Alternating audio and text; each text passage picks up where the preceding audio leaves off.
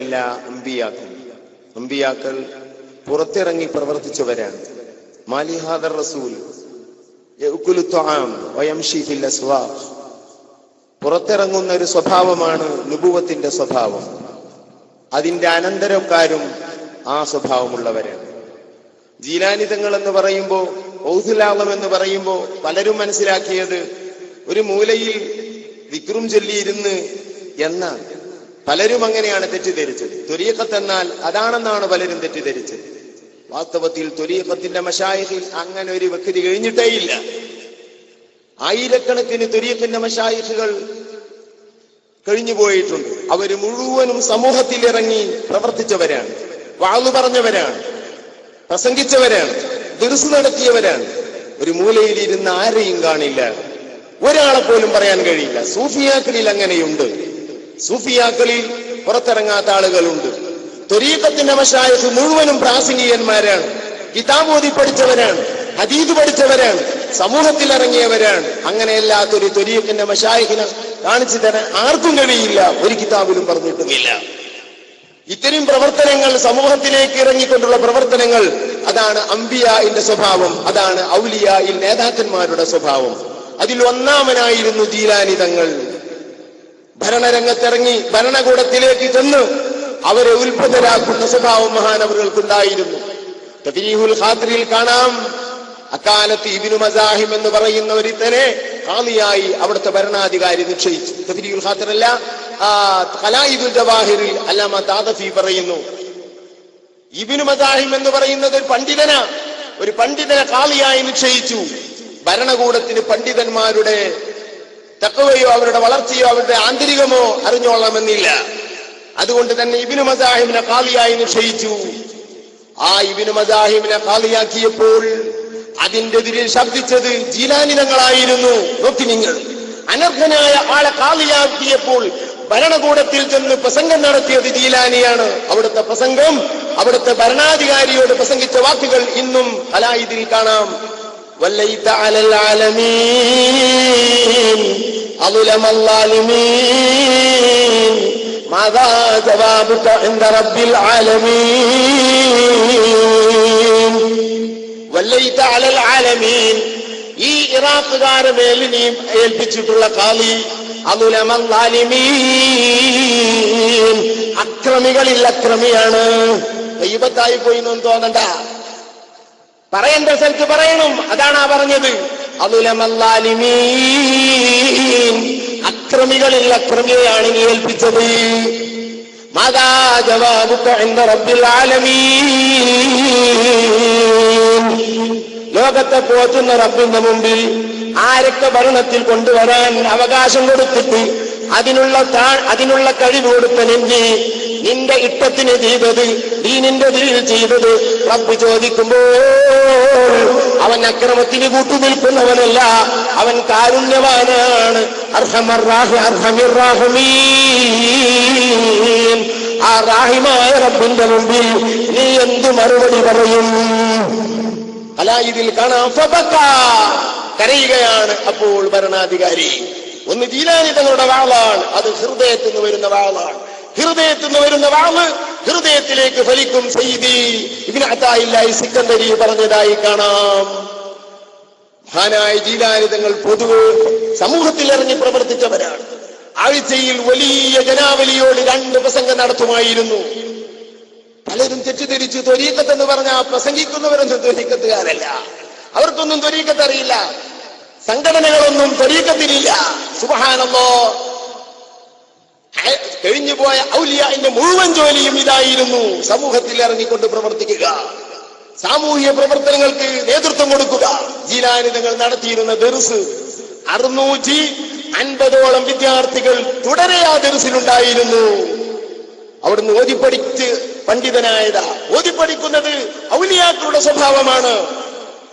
ബഹിദയിൽ കാണാം, തഫ്രീഖിൽ കാണാം, ഖുറത്തിൽ കാണാം, ഖലായിദിൽ കാണാം, പല സ്ഥലത്തും കാണാം ജീലാനി തങ്ങൾ കിതാബ് ഓതിയിരുന്ന രംഗം. ഹദീസിന്റെ കിതാബുകൾ പഠിച്ചിട്ട് ഒറ്റയ്ക്കിരുന്നത് കാണാതെ പഠിക്കലായിരുന്നു സ്വഭാവം. 40ഓളം തഫ്സീറുകൾ, ഒരൊറ്റ ആയത്തിന്റെ തഫ്സീർ ഇൽഹാമിലൂടെ കിട്ടിയത് അല്ലാതെ തന്നെ കിതാബ് മുത്താല ചെയ്തുകൊണ്ട് ജീലാനി തങ്ങൾക്കുണ്ടായിരുന്നു. വഹ്ദ എടുത്ത് നോക്കി കാണാം. കിതാബ് മുത്താല ചെയ്യുക അത് ഔലിയാന്റെ വഴിയാണ്. ഇന്നുള്ള നമ്മുടെ ഉലമാ ചെയ്യുന്നത് ഔലിയാന്റെ റൂട്ടാണ്. അതാണ് ത്വരീഖത്ത്. അത് നമ്മൾ മനസ്സിലാക്കണം. ഏതെങ്കിലും ഭാഗത്ത് ഇരുന്ന് എന്തെങ്കിലും ചൊല്ലി പറഞ്ഞുകൊണ്ട് മാത്രം വിലായത്തിലേക്ക് എത്തി, അല്ലെങ്കിൽ ഉയർന്ന സ്ഥാനത്തേക്ക് എത്തി എന്ന് വാദിക്കുന്നത് പാടേ ബൗഢ്യമാണ്. അത് ഇസ്ലാം അറിയാത്ത കേസാണ്. ഇഷ്ടം പോലെ ഈ രംഗങ്ങൾ അയിമ്മത്തിന്റെ ജീലാനിതങ്ങളുടെ ചരിത്രത്തിൽ നമുക്ക് നോക്കിയാൽ കാണാൻ കഴിയും. വല്ലാതെ ദീനിന് പ്രവർത്തിച്ചവരാ ജീലാനിതങ്ങൾ. ഒരാളെ കാണാതെ വന്നാൽ അവിടുത്തെ സദസ്സിൽ ഒരാളെ കാണാതെ ആയാൽ അത് അവിടുത്തെ സ്വഭാവമാണ്. നോക്കി നിങ്ങൾ, എവിടെ മൂപ്പര് പോയത്? വല്ല അസുഖം കേട്ടാ അവിടെ പോകും. ഈ ഒരു സ്വഭാവം സമൂഹത്തിൽ ഇറങ്ങിക്കൊണ്ടുള്ള ഉസ്താദിനെ പോലുള്ള AP ഉസ്താദിനെ പോലുള്ള നമ്മുടെ ഉലമാവിനെ പോലുള്ള പ്രവർത്തനം മാത്രമായിരുന്നു അവർ കാഴ്ചവെച്ചിരുന്നത്. ഉള്ളാളത്തുനിന്ന് ബഹുമാനപ്പെട്ട താജുൽ ഉലമ, അല്ലാഹ് ഞാൻ പലപ്പോഴും ചിന്തിക്കാറുണ്ട്, ചാലിയത്തുനിന്ന് പകരയിലെത്തുമ്പോഴേക്കും കാലിന്റെ മുട്ടും ഊരൊക്കെ വേദനയായിട്ടൊന്ന് ഇറങ്ങണമെന്ന് ആഗ്രഹിക്കുന്ന ഒരു 46 വയസ്സെത്തിയെത്തനാണ് ഞാൻ. 95 വയസ്സുള്ള പാപ്പയുടെ അവസ്ഥ പലപ്പോഴും ചിന്തിക്കാറുണ്ട്.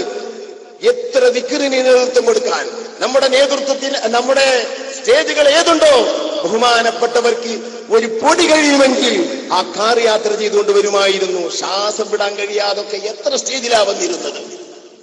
ആഖിറബോധമുള്ള ഒരു പണ്ഡിതൻ. സുബ്ഹാനല്ലാഹ്.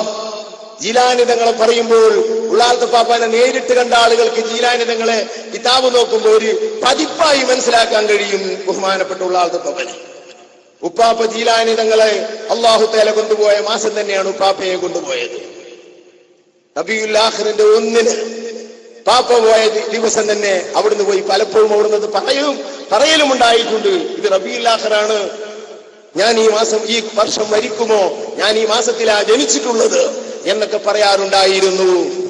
മഹാനവറുകളുടെ ഉസ്താദുമാർ ഷംസുൽ ഉലമ വഫാത്തായത് 3-നാണ്, 2-നാണ് കണ്ണിയത്ത് ഉസ്താദ് വഫാത്തായത്. അവരൊക്കെ ഖാദിരികളായിരുന്നു, ജീലാനി തങ്ങളുടെ മക്കളായിരുന്നു. അതിൽ 1-മനാ ബഹുമാനപ്പെട്ടവർ. അതന്നെ 1-ന് പോയത്. അല്ലാഹു അടുത്ത ദറജ ഏറ്റി കൊടുക്കട്ടെ. വലിയ ആബിദ്, വലിയ സൂഫി, വലിയ ആശിഖ്, ഏതൊക്കെ വിശേഷണമാണ് അവിടത്തേക്ക് നാം പറയാൻ എന്തൊക്കെയാണ് പറയേണ്ടത്? എല്ലാത്തിനും അർഹനായിരുന്നു. വലിയ ബുദ്ധിമാനി. ശംസുൽ ഉലമയുടെ മക്കളിൽ ഇത്ര ഉയർന്ന ഒരാൾ ഉണ്ടാവുകയില്ല. കണ്ണിയത്തിന്റെ ദിൽമീദന്മാരിൽ വളരെ സ്ഥാനമെത്തിച്ചവർ, അവർക്ക് ബഹുമാനിച്ചിരുന്ന മകൻ. കണ്ണിയത്തിന്റെ അവിടുത്തെ മകൻ പറഞ്ഞില്ലേ, ഉപ്പ കൈമുത്തിയിരുന്നു. അതാണ് ഉള്ളാളത്തെ പാപ്പ. വല്ലാത്ത സ്ഥാനമെത്തിച്ചവർ. എത്ര കറാമത്തുകൾ ഉണ്ടായിരുന്നു. വല്ലാത്ത സാഹിബ്, വല്ലാത്ത മുത്തഖി, വല്ലാത്ത ആബിദ്. ഈ അവിടുന്ന് എഴുന്നേൽക്കാൻ കഴിയാത്ത അവസ്ഥയിലും ഒരു ഫർള് ഇരുന്ന് നിസ്കരിക്കാറില്ല. ചാലിയത്താണ്, ഞാൻ നിൽക്കുന്ന പള്ളിയിലാണ്. വീട്ടിലുണ്ടെങ്കിൽ 99% ജുമാക്ക് വരാറുള്ളത്. മൂത്രത്തിന് വിഷമമുണ്ടായതുകൊണ്ട് വളരെ വൈകിയാണ് വരാറുള്ളത്. ജുമാക്ക് ഉദുറുള്ളവരാ ഉപ്പാപ്പ. ഫിഖഹിന്റെ മസ്അല അനുസരിച്ച് ജുമാക്ക് ഉദുറുള്ളവരാ, നിൽക്കാൻ ഉദുറുള്ളവരാ. പക്ഷെ ആ ഉദുറെടുക്കാറില്ല, ജുമാ ഒഴിവാക്കാറില്ല. എന്നിട്ട് വന്നിട്ട് വന്ന ഉടനെ തന്നെ തഹിയ്യ നിസ്കരിക്കാതെ പള്ളിയിൽ ഇരിക്കുന്നത് ഞാൻ കണ്ടിട്ടില്ല. എന്തൊരു തഖ്വയായിരുന്നു. സുബ്ഹാനല്ലാഹ്. എന്നിട്ട് 1 റക്അത്ത് നിന്ന് നിസ്കരിക്കും, പിന്നെ എഴുന്നേൽക്കാൻ പ്രയാസം, അവിടെ ഇരിക്കും. ഒരു റവാത്തിബ് ഒഴിവാക്കാറില്ല, ഒരു ദുഹാ ഖളാക്കാറില്ല. എന്നെങ്കിലുമല്ല, എന്നുമുള്ള അവസ്ഥയാണ്. ബഹുമാനപ്പെട്ട ഫൈസി ഉസ്താദ് പറഞ്ഞില്ലേ, 16 വയസ്സ് മുതൽ വിത്ർ ഖളാക്കിയിട്ടില്ല. ആർക്കുണ്ടങ്ങനെ പറയാൻ? 12 റക്അത്ത് ദുഹാ വയസ്സുള്ള ഉപ്പാപ്പ ഒരു ഖാദിമിനെ റൂമിൽ കയറ്റാറില്ല. ഒരു ഖാദിമ് റൂമിൽ ചെല്ലുന്നത് ഇഷ്ടമല്ല. രാത്രിയിലൊന്നും കാലുവേദനയില്ലേ, കാലൊന്ന് ഒഴിഞ്ഞു കൊടുക്കാൻ ശിഷ്യന്മാർക്ക് താല്പര്യമുണ്ട്, ചെയ്യിപ്പിക്കാറില്ല. എന്നാൽ 1 മണിക്കൂറോ അരമണിക്കൂറൊക്കെ രാത്രി ഉറങ്ങൽ മക്കളോട് അന്വേഷിച്ചു നോക്ക്.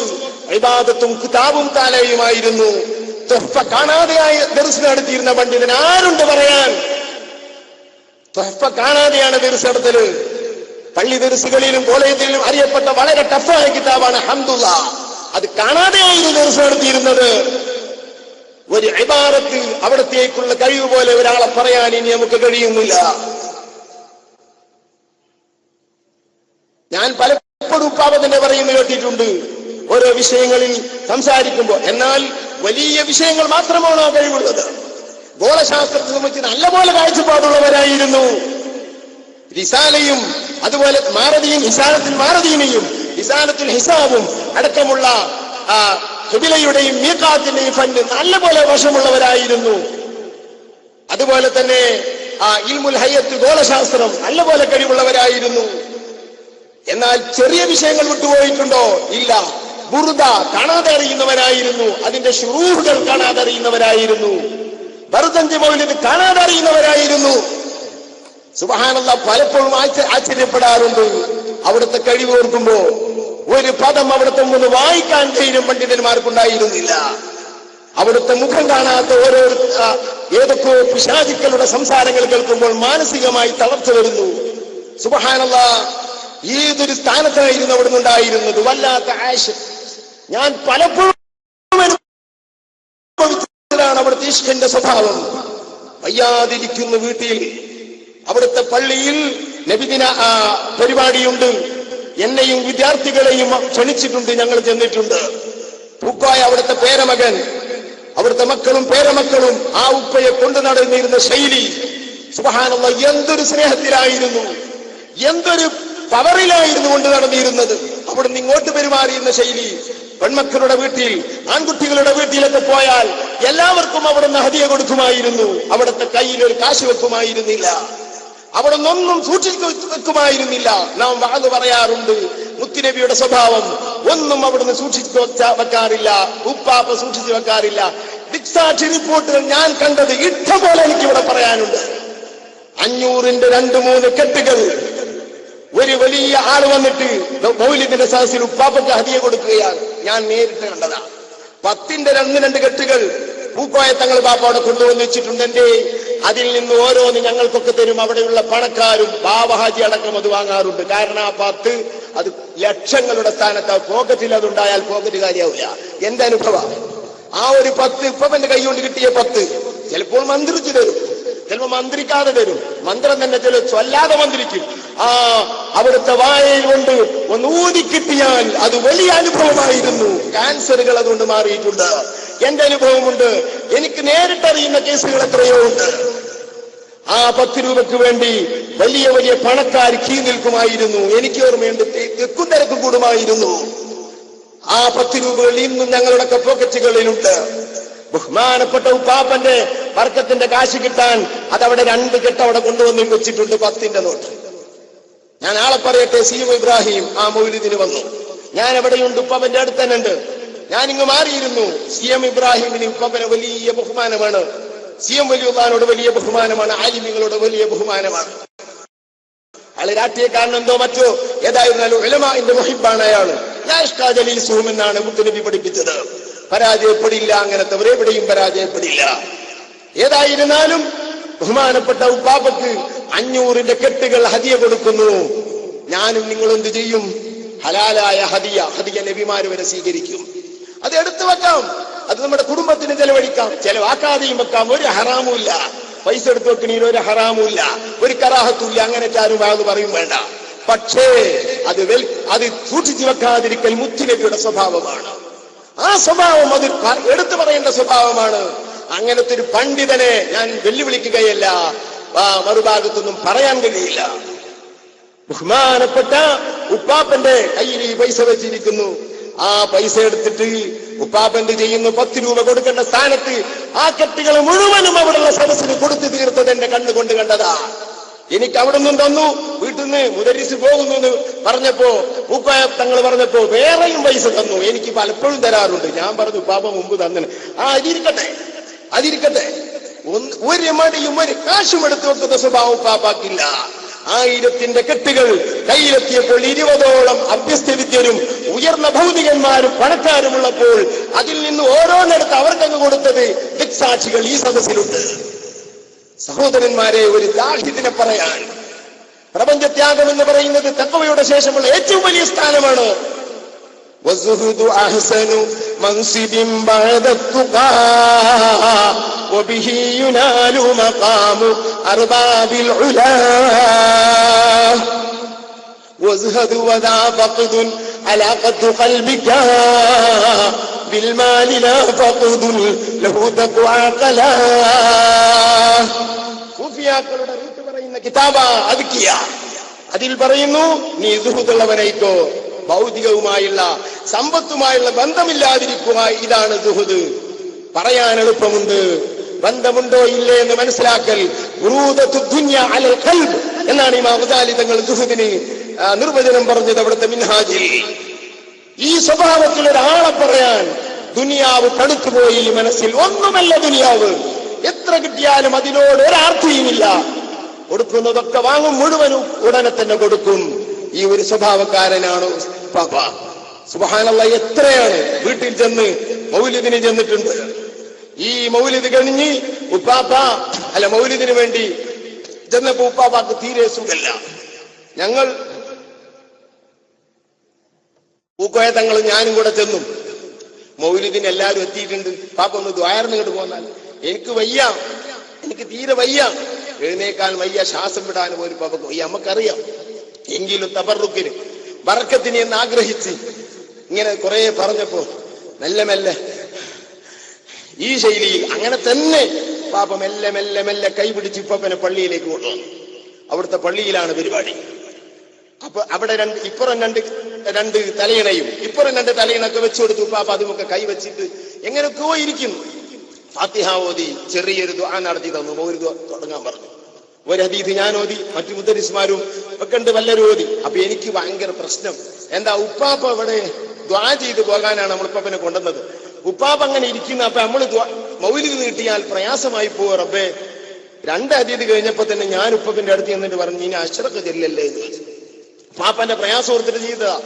ഉടനെ തന്നെ എന്നോട് ചൂടായി. അനക്ക് അപ്പത്തിന് മതിയായോ, മൗലിദ് അപ്പത്തിന് മതിയായോ അനക്ക്?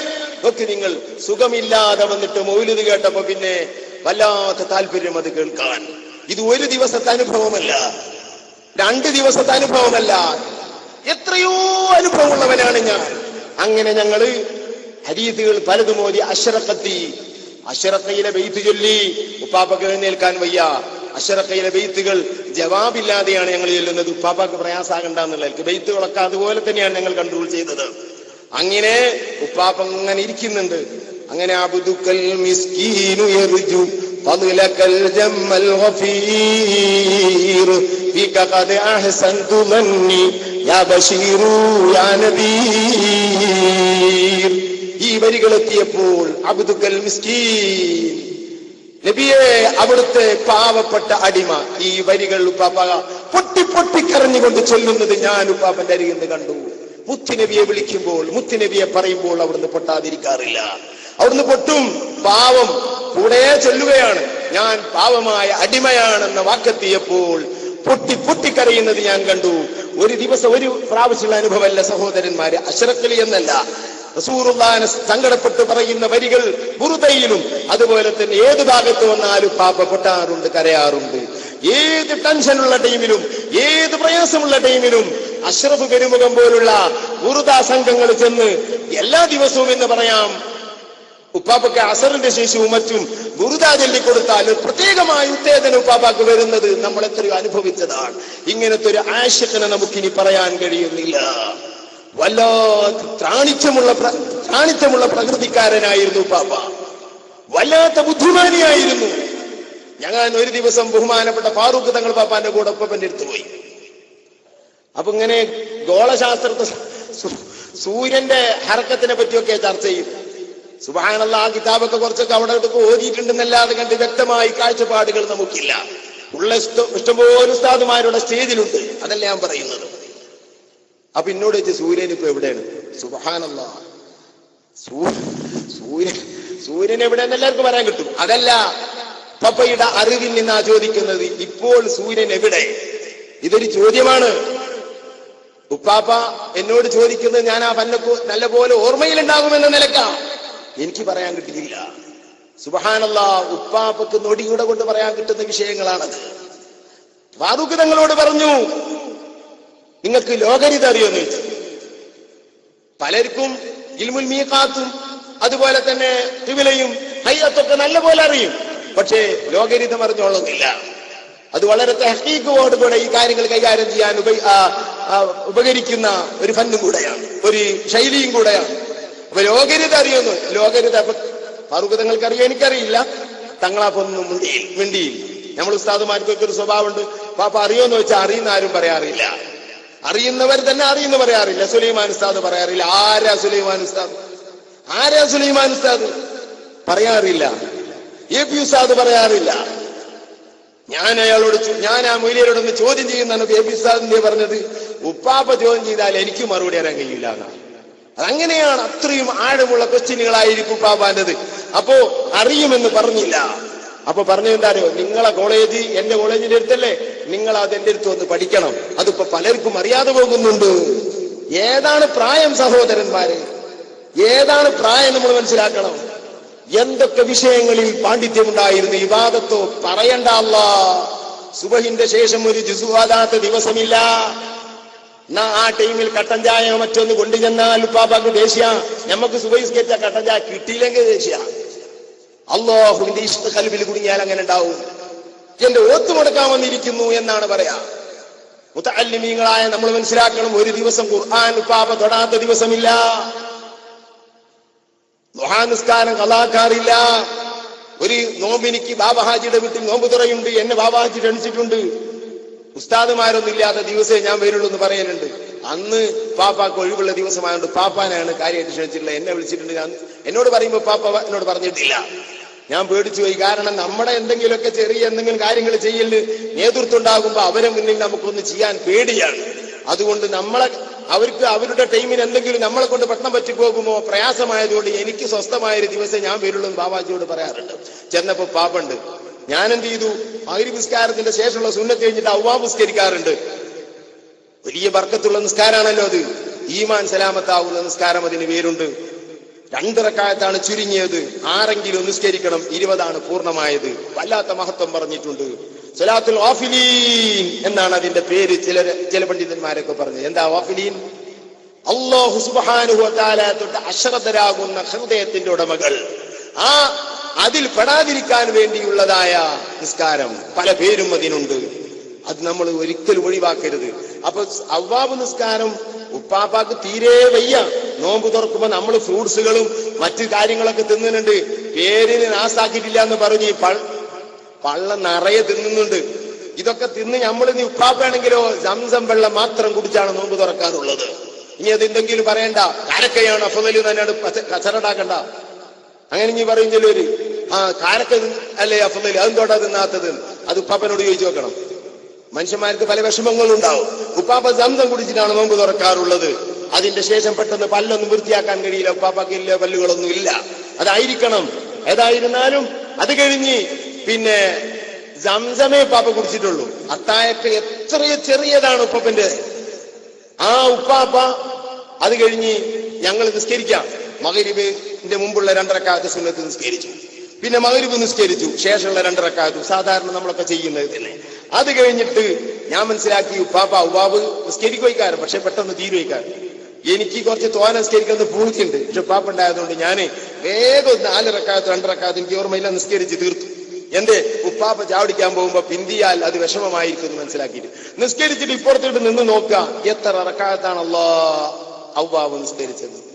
ഇരുന്നോണ്ടാ നിസ്കരിക്കുന്നത്. പക്ഷെ ആ പ്രായം നമ്മൾ മനസ്സിലാക്കണം. റമളാനിൽ ഒരു ഭക്ഷണം കഴിച്ചിട്ടില്ല. ഇതവിടുത്തെ നിത്യജീവിതമാണ്. സഹോദരന്മാരെ, എന്തൊരു ആഭിതായിരുന്നു ഉപ്പാപ്പ.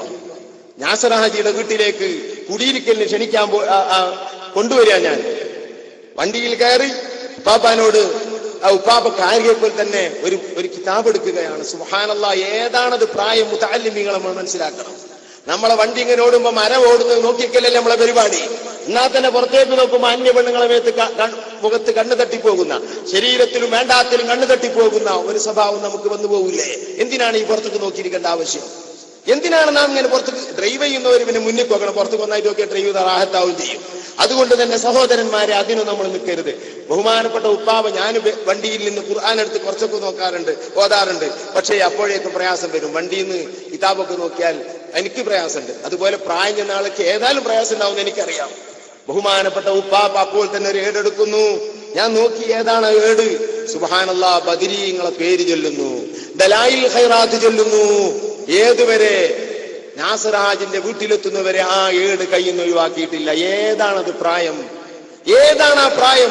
അവരുടെ കോടിയിലൊരു ഇബാദത്തുണ്ടോ അവരെ എതിർത്ത് നടക്കുന്നവർക്ക്? അള്ളാഹുവിന്റെ മുമ്പിലായിരിക്കും അതിന്റെയൊക്കെ തീരുമാനമുണ്ടാവുക. ഇതാണ് നമുക്കൊക്കെ പറയാനുള്ളത്. ആ വലിയ സയ്യിദിനെ, ആ വലിയ ആബിദിനെ, ആ വലിയ മഹാന് തഖ്വയിലും ഇബാദത്തിലും ഇൽമിലും അത്ര സ്റ്റേജിലെത്തിച്ച ഒരാളെ ഇപ്പൊ പറയാനില്ല. ജനാദ വെച്ചുകൊണ്ട് ബഹുമാനപ്പെട്ട എപി ഉസ്താദ്, അള്ളാഹുവിന്റെ ദർജ കൊടുക്കട്ടെ, പറഞ്ഞു, നമ്മുടെ അറിവിൽ ഇങ്ങനത്തെ ഒരു മഹാൻ ലോകത്തില്ല. ഉസ്താദ് ഒരു വലിയ സൂക്ഷ്മതയുള്ള ആളായതുകൊണ്ട് നമ്മുടെ അറിവിൽ എന്നൊരു പദം കൂട്ടിക്കൊടുത്തിട്ടുണ്ട്. നമ്മുടെ അറിവിൽ ഇങ്ങനത്തെ ഒരാൾ ലോകത്തില്ല. എ പി ഉസ്താദ് ലോകം എന്ന് പറഞ്ഞാല് എന്റെ ഈ മലപ്പുറം ജില്ലയും കോഴിക്കോട് ജില്ലയല്ല. ഉസ്താദ് പോകാത്ത സ്ഥലം ഏതാണുള്ളത്? അത് എല്ലാവരും അംഗീകരിക്കുന്ന ആളാ. അവിടെ ഒക്കെ ചുറ്റിക്കറങ്ങി ഞാൻ, അത് ഉസ്താദ് അവിടെയുള്ള രാഷ്ട്രീയ നേതാക്കന്മാരെ അടുത്തേക്ക് അവർക്ക് പോവാറുണ്ടെങ്കിലും മെയിനായിട്ട് അവിടെയൊക്കെ പോയിട്ട് അവിടെ ഉലമാവുമായാണ് മുഹാവറ ചെയ്യാറുള്ളത്. ഞാൻ ലോകത്ത് ചുറ്റിക്കറങ്ങിയവനാണ് എന്നാണ് ആ പറയുന്നത്. അവിടെയൊക്കെ സൂഫിയാക്കളെയും ഔലിയാക്കളെയും ആലിമീങ്ങളെയും പണ്ഡിതന്മാരെയും ബന്ധപ്പെട്ടിട്ട് എത്രയോ സൂഫിയാക്കളെ കണ്ട ആളായ എ പി ഉസ്താദ്. അങ്ങനത്തെ കണ്ട ഒരാളെ നമ്മുടെ നാട്ടിലുണ്ടാവില്ല. അത് എല്ലാവരും അംഗീകരിക്കും, എല്ലാവരും അംഗീകരിക്കും. അവരുടെ കയ്യിൽ നിന്നൊക്കെ ഇജാദത്തുകളും ത്വരീഖത്തുകളും വാങ്ങിയവരായ എ പി ഉസ്താദ്. സഹോദരിമാരെ, നിങ്ങൾ മനസ്സിലാക്കണം, ഉസ്താദിനെ സംബന്ധിച്ച് ഉസ്താദ് വലിയ ദാക്കിറ, ഉസ്താദ് വലിയ ആബിദ. ഇതിന്റെ ഇടയിൽ എല്ലാം നടക്കുന്നുണ്ട്. ഹദ്ദാദ് കലാകാരില്ലേ എ പി ഉസ്താദ്, ലുഹ കലാകാരില്ലേ എ പി ഉസ്താദ്, തഹജ്ജുദ് കലാകാരില്ലേ എ പി ഉസ്താദ്. നമ്മൾ തഹജ്ജുദ് നിസ്കരിക്കാറുണ്ടോ ഉമ്മമാരെ? ആ ഉസ്താദിന് വേണ്ടി നിങ്ങൾ ദുആ ചെയ്യണം. അവിടത്തേക്ക് അല്ലാഹു ദീർഘായുസ് നൽകുമാറാകട്ടെ. നാം അവിടത്തേക്ക് ദുആ ചെയ്യുന്നത് ദീനിന് വേണ്ടിയുള്ള ദുആയാണ്, സത്യത്തിന് വേണ്ടിയുള്ള ദുആയാണ്, യതീമക്കൾക്ക് വേണ്ടിയുള്ള ദുആയാണ്, പ്രസ്ഥാനത്തിന് വേണ്ടിയുള്ള ദുആയാണ്. അതൊരു വ്യക്തിയല്ല, അതൊരു സമൂഹമാണ്.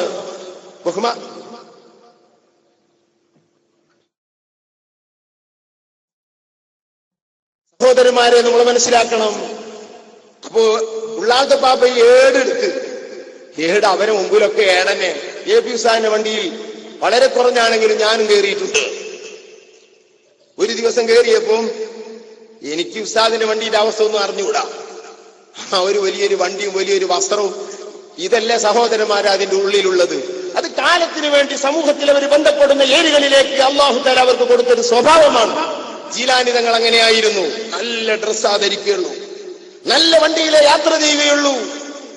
അന്നുള്ള ഏറ്റവും വിലപിടിപ്പുള്ള വസ്ത്രമായിരുന്നു ജീലാനി തങ്ങൾ ധരിച്ചിരുന്നത്. തഫ്രീഉൽ ഖാദിർ എടുത്ത് നോക്ക്. അതല്ലേ, ഒരാള് ജീലാനി തങ്ങൾക്ക് ഒരു ഷർട്ട് വാങ്ങാൻ അവിടുത്തെ മുരീദ് പോയി. കാശാരുത ഒരാള് ഹദിയ കൊടുത്തതല്ലേ. ഉസ്താദിന്റെതൊക്കെ പല പേരും ഹദിയ കൊടുക്കുന്നതാ. ജീലാനി തങ്ങൾ കാശ് കൊടുത്തിട്ട് ഒരു ഷർട്ട് വാങ്ങിക്കൊണ്ടുവന്നു.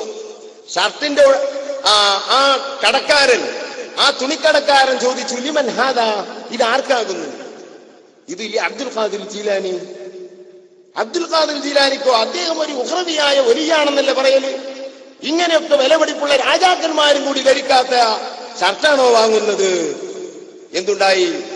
ബഹുമാനപ്പെട്ട ജീലാനി തങ്ങളുടെ അരികിലേക്ക് ആ ഷർട്ട് എത്തുന്നു. 50 ദിർഹമിനാണ് ആ ഷർട്ട്. 1 ദിർഹമിന് എന്നെ ഷർട്ട് ഇട്ടു. ഞാൻ പറയുന്ന ജീലാനി തങ്ങളുടെ ബാഹ്യ സ്വഭാവം പൊതുവെ സമൂഹത്തിലോട് ബന്ധപ്പെടുന്ന പല ഔലിയാക്കൾക്കും ഉണ്ടായിരുന്ന ബാഹ്യ സ്വഭാവമാണ്. ആ ഷർട്ട് വാങ്ങിയ പേരിൽ ആക്ഷേപിച്ചതായ ആ കടക്കാരൻ എന്തുപറ്റി? കാലിൽ ഒരു ആണി കയറി. തഫ്രീഹിലും കലായിദിലൊക്കെ ചരിത്രം കാണും. കാലിൽ ഒരു ആണി കയറി, ജീവനുള്ള ആണി എന്ന് പറയാം. ആ ആണി തുളച്ചു കയറാൻ തുടങ്ങി ഉള്ളിലേക്ക്. സുബ്ഹാനല്ലാഹ്, ഇയാളാണോ വലിയെന്ന് തോന്നിപ്പിക്കുന്ന ഒരു വാക്ക് പറഞ്ഞതാണ്. കാരണം ബാഹ്യമായ ചിത്രങ്ങളെ കൊണ്ട് ദുനിയാവുമായി ബന്ധമുണ്ടെന്ന് ഒരിക്കലും തന്നെ പറയരുത്. അല്ലാഹുവിന്റെ ദീനിനെ അവരെന്ത് ചെയ്യുന്നു? അവരുടെ ജീവിതത്തിൽ എന്തൊക്കെയുണ്ടെന്ന് വീക്ഷിച്ചാൽ പിന്നെ അവരുടെ ബാഹ്യചിത്രം കൊണ്ട് അവരെ വിലയിരുത്താൻ പാടില്ല. അത് അല്ലാഹു സുലൈമാൻ നബി അലൈഹി ഇസ്ലാമിന് കൊടുത്ത പോലെ ഭൗതിക കഴിവ്, ഭൗതിക സൗകര്യങ്ങൾ ഒരാൾക്കും അല്ലാഹു തആല കൊടുത്തിട്ടില്ല. എന്നാൽ അവിടുന്ന് ഒരു നബിയായിരുന്നു, അത് നമ്മൾ മനസ്സിലാക്കണം. അങ്ങനെ ചില നേതൃത്വമുണ്ട്. കാലത്തിനനുസരിച്ച് ഏത് കൊമ്പനും കീഴ്പ്പെടുത്താൻ വേണ്ടി അതിനനുസരിച്ച വണ്ടിയും അതിനനുസരിച്ച വസ്ത്രവും, അല്ലാതെ പിന്നെ ഈ ലോകത്തിന്റെ പ്രൗഢിക്ക് വേണ്ടിയല്ല. അത് ദീനിന്റെ വളർച്ചയ്ക്ക് വേണ്ടിയാണ്. അത് ദീനിന്റെ വളർച്ചയ്ക്ക് വേണ്ടിയാണ്.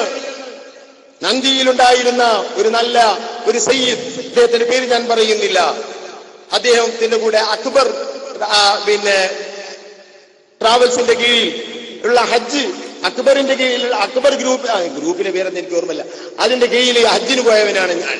അക്ബറിൽ അവിടെ എത്തി നോക്കുമ്പോ തങ്ങൾ പാപ്പയാണ് ചീഫ് അമീർ. തങ്ങൾ പാപ്പ തുറന്നു പറയട്ടെ, ഈ കെ വിഭാഗത്തിന്റെ ആളാണ്. അദ്ദേഹം ജീവിച്ചിരിപ്പുണ്ടോ എനിക്ക് അറിഞ്ഞുകൂടാ. അദ്ദേഹം നല്ലൊരു സ്വഭാവക്കാരനാണ്. അദ്ദേഹം ചീഫ് അമീർ ആയതുകൊണ്ട് തന്നെ അമീറന്മാരും അദ്ദേഹമൊക്കെ റൂമിൽ ഒരു റൂമിലാണ്. ഞാൻ ഹാജി ആയതുകൊണ്ട് ഞാൻ ഹാജിമാരുടെ റൂമിലാണ്. എങ്കിലും തങ്ങളെ പാപ്പ പലപ്പോഴും എന്റെ റൂമിൽ വരാറുണ്ട്. ഞാനുമായിട്ട് മസ്അലകളൊക്കെ ചർച്ച ചെയ്യാറുണ്ട്. പല മസ്അലകളും ചർച്ച ചെയ്തിട്ടുണ്ട്, അതിലൊക്കെ ഞാൻ കടക്കുന്നില്ല. ഉപ്പാപ്പ് ഒരു ദിവസം പറഞ്ഞ് എ.പി. ഉസ്താവുമായി ഞാൻ നല്ല ബന്ധത്തിലാണ്, ബന്ധമുണ്ട്. ഞാൻ പറഞ്ഞു എങ്ങനെയാ കഥ, എന്താ വിഷയം? അതിന് പിന്നിൽ വലിയൊരു കഥ ഉണ്ട്. എന്താ? അദ്ദേഹം ഗൾഫിലേക്ക് പോയി ഒരു പള്ളിയുടെ പണി, ഒരു അതിന്റെ പ്ലാനൊക്കെ എടുത്തുകൊണ്ട് അദ്ദേഹം ഈ അസ്മാവിനൊക്കെ ആണെന്നുകൊണ്ട് പോകുന്നത് എനിക്ക് അറിഞ്ഞുകൂടാ. ഏതായാലും ഗൾഫിലെത്തി അവിടെ നിന്ന് ഒരു അറബിയുമായി പരിചയപ്പെട്ടപ്പോ ഈ പള്ളി പണിക്കുള്ള ഈ പള്ളിയുടെ പ്ലാൻ അയാൾ കാണിച്ചു. ഈ പള്ളി ഈ കെ വിഭാഗത്തിന്റെ പള്ളിയാണ്. അപ്പോ കാണിച്ചപ്പോ അറബി അത് ഏറ്റെടുത്തു. അറബി എന്നോട് അദ്ദേഹം പറഞ്ഞൊരു വാക്ക് ഞാൻ അവിടെ പറയട്ടെ. അദ്ദേഹം ജീവിച്ചിരിപ്പുണ്ടെങ്കിൽ അദ്ദേഹം അത് അങ്ങനെ തന്നെ പറയും. എന്താ പറഞ്ഞത്? ആ അറബിനെ ഏൽപ്പിക്ക് പരിചയമില്ല. സുബ്ഹാന, നോക്കുകള്, ആ അറബിനെ ഏൽപ്പിക്ക് പരിചയമില്ല. അപ്പൊ എത്ര അറബികളെ പരിചയം? ആ അറബിനെ ഏൽപ്പിക്ക് പരിചയമില്ല. ഏതായിരുന്നാലും ഈ പള്ളിപ്പണി ഏറ്റെടുത്ത് പള്ളിക്ക് വേണ്ട പൈസകളൊക്കെ തങ്ങൾ അവിടെ നിന്നുകൊണ്ട് തന്നെ അയച്ചു കൊടുത്ത്, പഴയ വലിയ ജുമാഅത്ത് പള്ളിയാ പൊളിച്ച്, ഏതാ നാടെന്ന് എനിക്ക് ഓർമ്മയില്ല, പള്ളിപ്പണിയൊക്കെ കഴിഞ്ഞ് ഉദ്ഘാടനത്തിന് അറബി വരുന്നുണ്ട്. സുബ്ഹാനല്ലാഹ്, തങ്ങളാപ്പ് എന്ത് ചെയ്തു? അറബി പറഞ്ഞ് എനിക്ക് ഉദ്ഘാടനം ചെയ്യുമ്പോ ഞാൻ വരുമ്പോ എനിക്ക് ഒന്ന് രണ്ട് സൗകര്യങ്ങൾ വേണം. അയാള് ജമാഅത്ത് കളാക്കാത്ത ആളാ. അപ്പൊ അയാൾ പറഞ്ഞത്, എനിക്ക് വലിയ സമൂഹം പങ്കെടുക്കുന്ന ഒരു പള്ളിയിൽ ജമാഅത്ത് 5 വഖത്തിന് ഞാൻ അവിടെ ഉള്ളപ്പോ എനിക്ക് പങ്കെടുക്കണം. എനിക്ക് അതിന്റെ അടുത്ത് തന്നെ സൗകര്യമുള്ള ഒരു റൂം താമസിക്കാനും വേണം. പിന്നെ എനിക്ക് യാത്ര ചെയ്യാൻ നല്ല സൗകര്യം ഒരു വണ്ടി, മലബാറിലുള്ള ഔലിയാക്കളൊക്കെ കബറിനൊക്കെ പോകാൻ പറ്റി അതും വേണം. പിന്നെ ഇത് അവിടെ ചെന്നിട്ട് ഈ അറബിക്ക് വർത്താനം പറയാൻ ഒരു തെർജുമാനും വേണ്ടി വരില്ലേ, കൊണ്ടെടുക്കാനും ആള് വേണ്ടേ. അതിങ്ങനെ അറബി പറഞ്ഞിട്ടില്ല, അതിന്റെ ലാസിമ അതെല്ലാവർക്കും അറിയാം. എന്നിട്ട് ഇന്നോട് തങ്ങളാ പറയാം, ഇതൊക്കെ കൂടി ഞാൻ ചിന്തിച്ചു നോക്കുമ്പോ ഇത് മർക്കസിലല്ലാതെ ഈ സൗകര്യമില്ല. ഇന്നോട് പറഞ്ഞതാ തങ്ങൾ. എന്ത് ചെയ്യും തമ്പുരാന്? കുറച്ച് 10 ആൾക്കാർ അവിടെ ഉണ്ടെങ്കിൽ അവിടെ ജമാഅത്ത് ഉണ്ടാവില്ല, തലീക്കത്തും ഉണ്ടാവില്ല, ഒന്നും ഉണ്ടാവില്ല, അയാൾക്ക് ഇഷ്ടപ്പെടില്ല. എന്നാ ആലിമീങ്ങൾ മാത്രം. സുബ്ഹാനല്ലാഹ്, ഞാൻ എന്റെ പ്രവർത്തകരോട് പറയട്ടെ, ഒരു സുബൈക്ക് നിങ്ങൾ മർക്കസിൽ പോകണം, ഒരു സുബൈക്കാരത്തിന്. എന്നാ ഞമ്മക്കൊന്ന് ദ്വാരന്ന് പോരെ. ഇപ്പൊ ഈ സാസിലിൽ നമ്മൾ എത്രയോ ദ്വാരന്ന്, എന്തൊരു ആനന്ദം. കാരണം ഈ തലയെക്കെട്ടുകാർ എങ്ങനെയാലും 40 എന്നൊരു പോയിന്റ് ഉണ്ടല്ലോ ഉസ്താദ് കണ്ടെത്തിയില്, 40 ആളുള്ള ഒരു വലിയ ഉണ്ടാവും, അള്ള സ്വീകരിച്ച ഒരാളുണ്ടാവും. 40 തങ്ങന്മാര്, 40 മുദരിസുമാര്, 40 പിന്നെ ഹാഫിളീങ്ങൾ. അവരുടെ സ്വഭാവം വിശേഷണത്തിന്റെ പുറമെ മുഅ്മിനായാൽ തന്നെ ഒരു വലിയ ഉണ്ടാകുമെങ്കിൽ അള്ളാഹു നമ്മുടെ സാസ് സ്വീകരിക്കുമാറാകട്ടെ. പടച്ചോനെ, ഞങ്ങളെ ഹലാലായ മുറാദുകളൊക്കെ ഈ സാസിന്റെ ബർക്കത്തുകൊണ്ട് ഇനി ഹാസിലാക്കി തരണേ അള്ളാഹ്. ഉസ്താദിനിക്ക് ഇതുകൊണ്ട് വലിയ ബർക്കത്തിന് കൊടുക്കണേ അള്ളാഹ്. എന്നോട് വിളിച്ചിട്ട് കഴിഞ്ഞ 2 ദിവസം മുമ്പ് എന്നെ വിളിച്ചിട്ട് എന്നെ കാണണം, എവിടെയുള്ളത്? ഞാൻ അങ്ങോട്ട് വരാന്നാണ്. പടച്ചോനെ, ഞാൻ പേടിച്ചു, എനിക്ക് പേടിയുള്ള ഉസ്താദ് എ.പി. ഉസ്താദിനെ അത് നമ്മൾ പറഞ്ഞത് വേറെ. അദ്ദുസാ എനിക്ക് ഭയങ്കര പേടിയാണ്. എന്തെങ്കിലും നാവോട് പറഞ്ഞാ എനിക്ക് അനുഭവിച്ച അനുഭവമേ ഉള്ളൂ, അങ്ങനെയേ ഉള്ളൂ. ഞങ്ങൾക്ക് പ്രവർത്തകർക്ക് അതേ ഉള്ളൂ. അള്ളാഹു അവിടത്തേക്ക് ദീർഘായുസ് നൽകട്ടെ. അവിടുന്ന് ബിസിനസ്സുകാരനാണെന്നൊക്കെ ആരൊക്കെ പറയുന്നുണ്ട്. അത്ര പടച്ചോനെ, അള്ളാഹുവെ പറയുന്നവനെ നന്നാക്ക് റബ്ബേ. പടച്ചോനെ റബ്ബേ, ഈ നാടിന്റെ മുഴുവൻ ഹറക്കാത്ത് ദീനിയെയും മതപരമായ ചലനവും അവിടുത്തേതാണ്. ആരും അവകാശപ്പെടണ്ട. ഞാനിവിടെ കുറച്ചു കാലം മുമ്പ് ഞാനൊക്കെ 46 വയസ്സായില്ലേ, ഇവിടെ എന്തൊക്കെ ഉണ്ടായിരുന്നു എനിക്കറിയാം. ഇവിടുത്തെ പള്ളികളും മദ്രസകളും മുഴുവനും പൂവിട്ടത് ഉസ്താദിനെ കൊണ്ടാണ്, അത് കായട്ടത് ഉസ്താദിനെ കൊണ്ടാണ്. ഇത്രയും ഒരു പരിവർത്തനത്തിന് അടുത്ത നാടുകളിൽ നിന്ന് ഒരാൾക്കും കഴിഞ്ഞിട്ടില്ല. അവിടത്തേക്ക് അല്ലാഹു തആല ദീർഘായുസ് കൊടുക്കട്ടെ. ആ നാവ് കൊണ്ട് എന്തെങ്കിലും വേദനിപ്പിച്ചാൽ വല്ലതും പറഞ്ഞാൽ നിനക്കത് നിന്റെ ആഖിറത്തിനെ തട്ടുമെന്ന് ഞാൻ ഓർമ്മപ്പെടുത്തുന്നു. ആരായാലും വേണ്ടിയില്ല, വേദനിപ്പിക്കരുത്. അതിരിക്കട്ടെ. അപ്പോ എന്നോട് പറഞ്ഞു, എപി ഉസ്താദിൽ മർക്കസിലല്ലാതെ അങ്ങനത്തെ ഒരു സൗകര്യമില്ല, മർക്കസിലെ ജമാഅത്ത്. സുബ്ഹാനല്ലാഹ്, അദ്ദേഹം പറഞ്ഞു ജമാഅത്തിന് പോയാല് മുഴുവൻ ആലിമീങ്ങളാണല്ലോ പള്ളിയിൽ. അങ്ങനത്തെ ഒരു ജമാഅത്ത് എവിടെ നടക്കുന്നത്? ഒന്ന് പറഞ്ഞടിക്കണം. ഒരു ജമാഅത്തല്ല, എന്നെങ്കിലും സമ്മേളനത്തിന് ഒരു പക്ഷേ കുറെ ആൾക്കാരൊക്കെ ഉണ്ടാവും. അതും സമ്മേളനത്തിന് ആരും കാണില്ല, ജലസാസിലൊന്നും. അപ്പം ഇവിടെ പറയുന്നില്ല. അപ്പോ ഒരു പക്ഷെ ആളുകളൊക്കെ ഉണ്ടായേക്കാം. എന്നാൽ എല്ലാ ദിവസവും 5 വഖത്തിലും പള്ളി നിറയെ ആലിമീങ്ങൾ മുതഅല്ലിമീങ്ങളെ കൊണ്ട് നിറഞ്ഞൊരു ജമാഅത്ത് എവിടെ? ആയിരങ്ങൾ ഒരുമിച്ച് കൂടിയ ജമാഅത്ത്.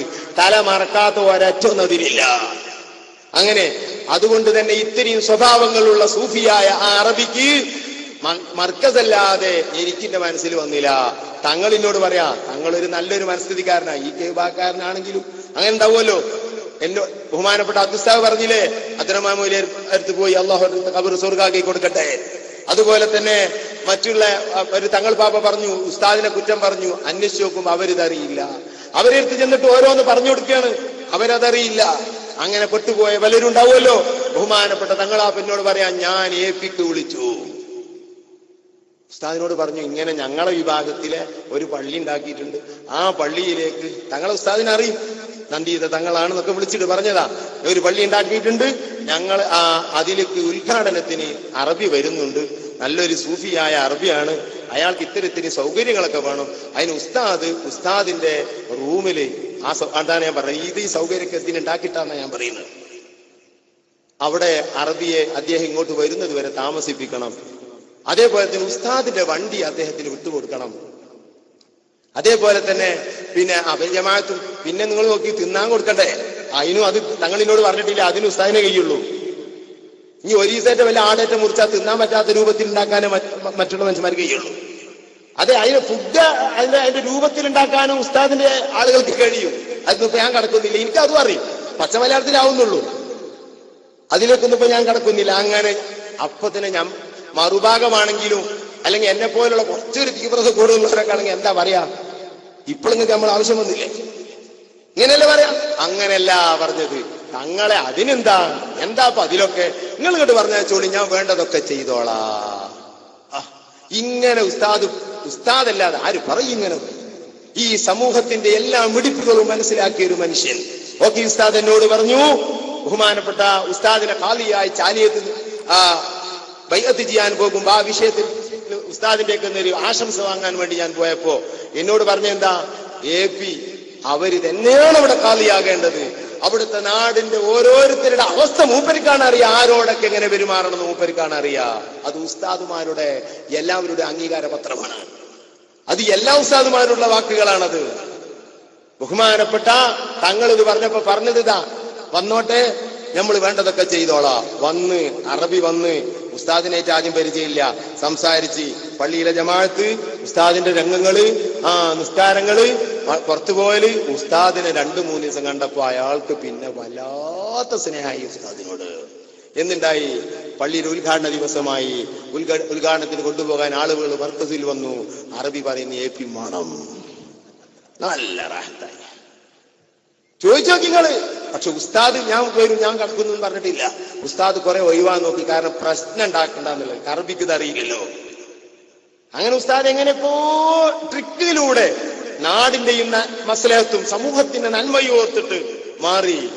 നന്മ ഓർത്തിട്ട് തന്നെ പ്രശ്നം വേണ്ടെന്നുള്ളവർക്ക് നന്മ ഉസ്താദ് പോകലാണ്, അത് യാതൊരു അംശമില്ല.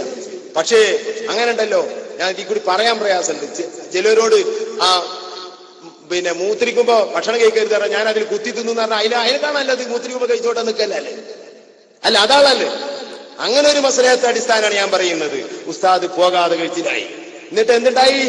ഞാൻ വളരെ ചുരുക്കുന്നു തങ്ങൾ എന്നോട് പറഞ്ഞത്. നമുക്ക് ഉള്ളാളത്ത് പാപ്പാനെ പറ്റിയാ പറയുന്നത്. പക്ഷേ നമുക്കിപ്പോഴുള്ള പാപ്പ ഉസ്താദാണ്, അള്ളാഹുടത്തേക്ക് ദീർഘായുസ് കൊടുക്കട്ടെ. ഉള്ള ആള് പോയിന്നാ ഒരു സ്റ്റേജിൽ നിന്ന് പറഞ്ഞത്. ഉള്ള ആളൊന്നും പോയില്ല, ഉള്ളാത്ത പാപ്പിയും പോയിട്ടില്ല, ഉള്ള ആളും പോയിട്ടില്ല, അവരെല്ലാവരും ജീവിച്ചിരിപ്പുണ്ട്. എന്തേ മനസ്സിലാക്കിയത്? ആരാണ് നമ്മളിലുള്ള ഒരു വ്യക്തി എനിക്കറിയോ? ഇവിടെ ഇരിക്കുന്ന ഈ സദസ്സിലുള്ള ഓരോരുത്തരെ പറ്റി നല്ല പോലെ വ്യക്തമായി കുറെ പറയാൻ എനിക്കറിയും. എന്നിട്ടല്ലേ മറ്റ് ഉയർന്ന ആളുകൾ? ഇതിലുള്ള ഒരു പണ്ഡിതന്റെ നേരെ വരാൻ കഴിവുള്ളവർ അതിലെത്രയുണ്ട് നമുക്കറിയാം. ഞാൻ അതിലേക്കൊന്നും കടക്കുന്നില്ല, അതിന്റെ ഒന്നും സ്റ്റേജുമല്ല. ബഹുമാനപ്പെട്ട എന്നിട്ടായി ഉദ്ഘാടനം കഴിഞ്ഞ് അറബി പോയി. അറബി പോയപ്പോ പിന്നെ കുറച്ച് കഴിഞ്ഞ് അറബി ആ പള്ളിയുടെ ഇമാമിന്റെ ശമ്പളവും മുക്കിറിന്റെ ശമ്പളവും അവിടുത്തെ ലൈറ്റുകളും സൗകര്യങ്ങൾക്കും ഒക്കെ അയാള് മാസത്തിൽ വരുന്നത് അയച്ചു തരാൻ ഏറ്റിട്ട് ആള് പോയി. ഇവര് സന്തോഷത്തിലാണുള്ളത്. അങ്ങനെ വരുന്ന മാസം വന്ന് അറബിനോട് ചോദിച്ചപ്പോ അറബി പറഞ്ഞ് ഷെയ്ഖ് അബൂബക്കറിലൂടെ മാത്രമേ ഞാൻ പൈസ തരികയുള്ളൂ. ഇതിനോട് തങ്ങളാപ്പ പറഞ്ഞതാ, നമ്മളെ ഗ്രൂപ്പല്ല. തങ്ങളാപ്പ നിഷ്പക്ഷവാദിയായതുകൊണ്ട് ഉള്ളത് തുറന്നു പറഞ്ഞു. ഇതാണ്. ഉസ്താദാണെങ്കിലോ ഇയാളൊക്കെ പൈസ ചോദിച്ചു വാങ്ങിയതുമില്ല. മാസങ്ങൾ കഴിഞ്ഞ് തങ്ങൾ ഗൾഫിൽ നിന്ന് വന്നു. ഈ പറഞ്ഞ തങ്ങൾ പാപ ഗൾഫിൽ നിന്ന് അറബിനെ അയച്ചപ്പോൾ തങ്ങളില്ല. ഉസ്താദാമർ കരിപ്പൂര് പോയി സ്വീകരിച്ചു കൊടുത്തിരിക്കുന്നത് അറബിനെ. ആർക്ക് വേണ്ടി? നിങ്ങളെ പള്ളിക്ക് വേണ്ടി. പള്ളി ഉണ്ടാകട്ടെ, സമൂഹം നന്നാകട്ടെ എന്നാ അവിടുന്ന് കരുതുന്നത്. എന്നിട്ട് ഇവര് പറഞ്ഞു എ.പി. ഉസ്താദ് പൈസ പിടിച്ചിരിക്കണായിരുന്നു. അപ്പൊ തങ്ങൾ പാപ്പി തെറ്റിദ്ധരിച്ച് നമുക്ക് പൈസ തരണില്ല എന്ന് കമ്മിറ്റിക്കാരോട് തങ്ങൾ പാപ്പ മർക്കസിൽ പോയി. ഇന്നോട് തങ്ങളപ്പ പറഞ്ഞതാ. എന്നിട്ട് എ.പി. ഉസ്താദിനോട് പറഞ്ഞു, ഉസ്താദ് എന്താ നിങ്ങൾ പള്ളിയുടെ കാശ് തരാത്തത്? ഏത് കാശ്? തങ്ങള് അറബി നമുക്ക് മാസത്തിലേറ്റ കാശ് നിങ്ങളെ കൈ കൂടെ തരാറ്. ഞാൻ അറബിയുടെ കയ്യിൽ നിന്ന് 5 കാശ് വാങ്ങിയിട്ടില്ല, ഒന്നും വാങ്ങിയിട്ടില്ല, എന്റെ കയ്യിൽ തന്നിട്ടില്ല. പിന്നെ അറബിയാനെ പറഞ്ഞല്ലോ. അറബിയെ പറഞ്ഞ് എനിക്കറിഞ്ഞൂടാ. നിങ്ങൾ എന്നാ ചോദിച്ചാൽ അറബി തരും. ഞാൻ ചോദിച്ച് കാശ് തരണമെന്നുണ്ടെങ്കിൽ ഞാൻ പറഞ്ഞ ഖത്തീബും നിങ്ങളെ മുഅദ്ദിനും വെക്കുക എന്നാ ഞാൻ വാങ്ങിത്തരാറ്. അതങ്ങനെ തന്നെയല്ലേ ബോധമുള്ളവൻ വെറുതെ കാശ് വെച്ചു കൊടുത്തിട്ടും ഇതുപോലെ ഉള്ളാത്ത പാപ്പാനും അതുപോലെ വലിയ വലിയ മഹാന്മാരും കുറ്റം പറഞ്ഞ് ദീൻ തകർത്ത് ഈമാൻ തകർക്കുന്ന കൗമിനിക്ക് ശമ്പളം കൊടുക്കാൻ ഉസ്താദ് സഹായിക്കുകയോ? മുക്രിക്ക് പിന്നെ ബാങ്കേ കൊടുക്കുള്ളൂ. അതുപോലെ എല്ലാവർക്കും ഭാഷ ഒന്നാ. ഖത്തീബ് അങ്ങനല്ല. ദീന് തകർക്കാനും വളർത്താനും ഖത്തീബിന് കഴിയും. അപ്പോ അതിന് ശമ്പളമായി കൊടുത്ത ഉസ്താദ് റബ്ബിന് മുമ്പിൽ കോടതി കയറി വരും. ഈ പേടിയാ മനുഷ്യനുള്ളത്. എന്തുണ്ടായി? ഉസ്താദൊട്ട് വിളിച്ചു വാങ്ങിക്കൊടുത്തതുമില്ല, അറബി ഒട്ട് കൊടുത്തതുമില്ല. ഇന്നും ഉസ്താദിനോട് അറബി ബന്ധപ്പെട്ടുകൊണ്ടിരിക്കുന്നു, മർക്കസിന് സഹായിച്ചു കൊണ്ടിരിക്കുന്നു. ഇതാണ് അതുവല്ല. അതിനാണപ്പാ ഞാൻ പറഞ്ഞത് ആ AC റൂമും ആ AC കാറും ആ വിലപിടിപ്പുള്ള കാറും ഇതൊക്കെ അതിനാ. ഇവിടെയുള്ള കൊമ്പന്മാരെ ദീനിന് കീഴ്പ്പെടുത്താൻ വേണ്ടി അള്ളാഹു സുലൈമാൻ നബി അലൈഹി ഇസ്ലാമിന് കൊടുത്ത ഒരു സ്വഭാവം, അത് വിലായത്തുള്ള മനസ്സിന്റെ ഉടമയാണ്. അപ്പൊ വണ്ടിയില് ഉസ്താദിന്റെ വണ്ടിയിൽ ഞാൻ കയറിയപ്പോ മുന്നിലുള്ളത് ഉള്ളാത്ത പാപനമായി തന്നെ ഏടന്നെയാണ് ഉസ്താദിന് മുന്നിലുള്ളത്. ഏത് മർക്കസിലെ പരീക്ഷന്റെ റിപ്പോർട്ടല്ല അതിലുള്ളത്. അത് മോശമായിട്ടല്ല പറഞ്ഞത്, അതല്ല. ദലായിലുൽ ഖൈറാത്തിന്റെ ഏട്, മറ്റ് ദിക്റുകളുടെ ഏടാണ് മുന്നിലുള്ളത്. ഞാനിരുന്ന ഭാഗത്ത് ഉസ്താദിരിക്കുന്നതായത് കൊണ്ട് അതിന്റെ മുന്നിലാണുള്ളത്. അവിടുത്തെ ഖാദിമ് വണ്ടിയിൽ നിന്ന് മുന്നിൽ നിന്ന് ആ ഏടുകളെടുത്ത് ഉസ്താദിന്റെ മുമ്പിലേക്ക് വെച്ചു കൊടുത്തു. വണ്ടിയിൽ കയറി ക്ഷീണിച്ച് ഈ സ്ഥലങ്ങളിൽ മുഴുവനും ചുറ്റിക്കറങ്ങി. ഈ 10-75 വയസ്സ് പ്രായത്തിൽ ദലായിലുൽ ഖൈറാത്ത് ഖളാ ആക്കാതെ കൊണ്ട് നടക്കുന്നു. മുതഅല്ലിമീങ്ങളെ, എന്നെ പോലുള്ള മുതഅല്ലിമീങ്ങൾ മനസ്സിലാക്കണം. നമ്മൾ ദലായിലുൽ ഖൈറാത്ത് തൊടാറുണ്ടോ? ഉള്ളാത്ത പാപ ദലായിലുൽ ഖൈറാത്ത് 95 വയസ്സുകാലത്ത് A.P. ഉസ്താദ് വഫാത്തിന്റെ ദിവസങ്ങൾക്ക് മുമ്പ് ചെന്നപ്പോ പറഞ്ഞതെന്താ? നിങ്ങളെ വിറുതുകൾ വല്ലതും ഖളായിട്ടുണ്ടോ, ചെല്ലാറുണ്ടോ? എനിക്ക് എല്ലാ വിറുതുകളും ഞാൻ ചെല്ലാറുണ്ട്.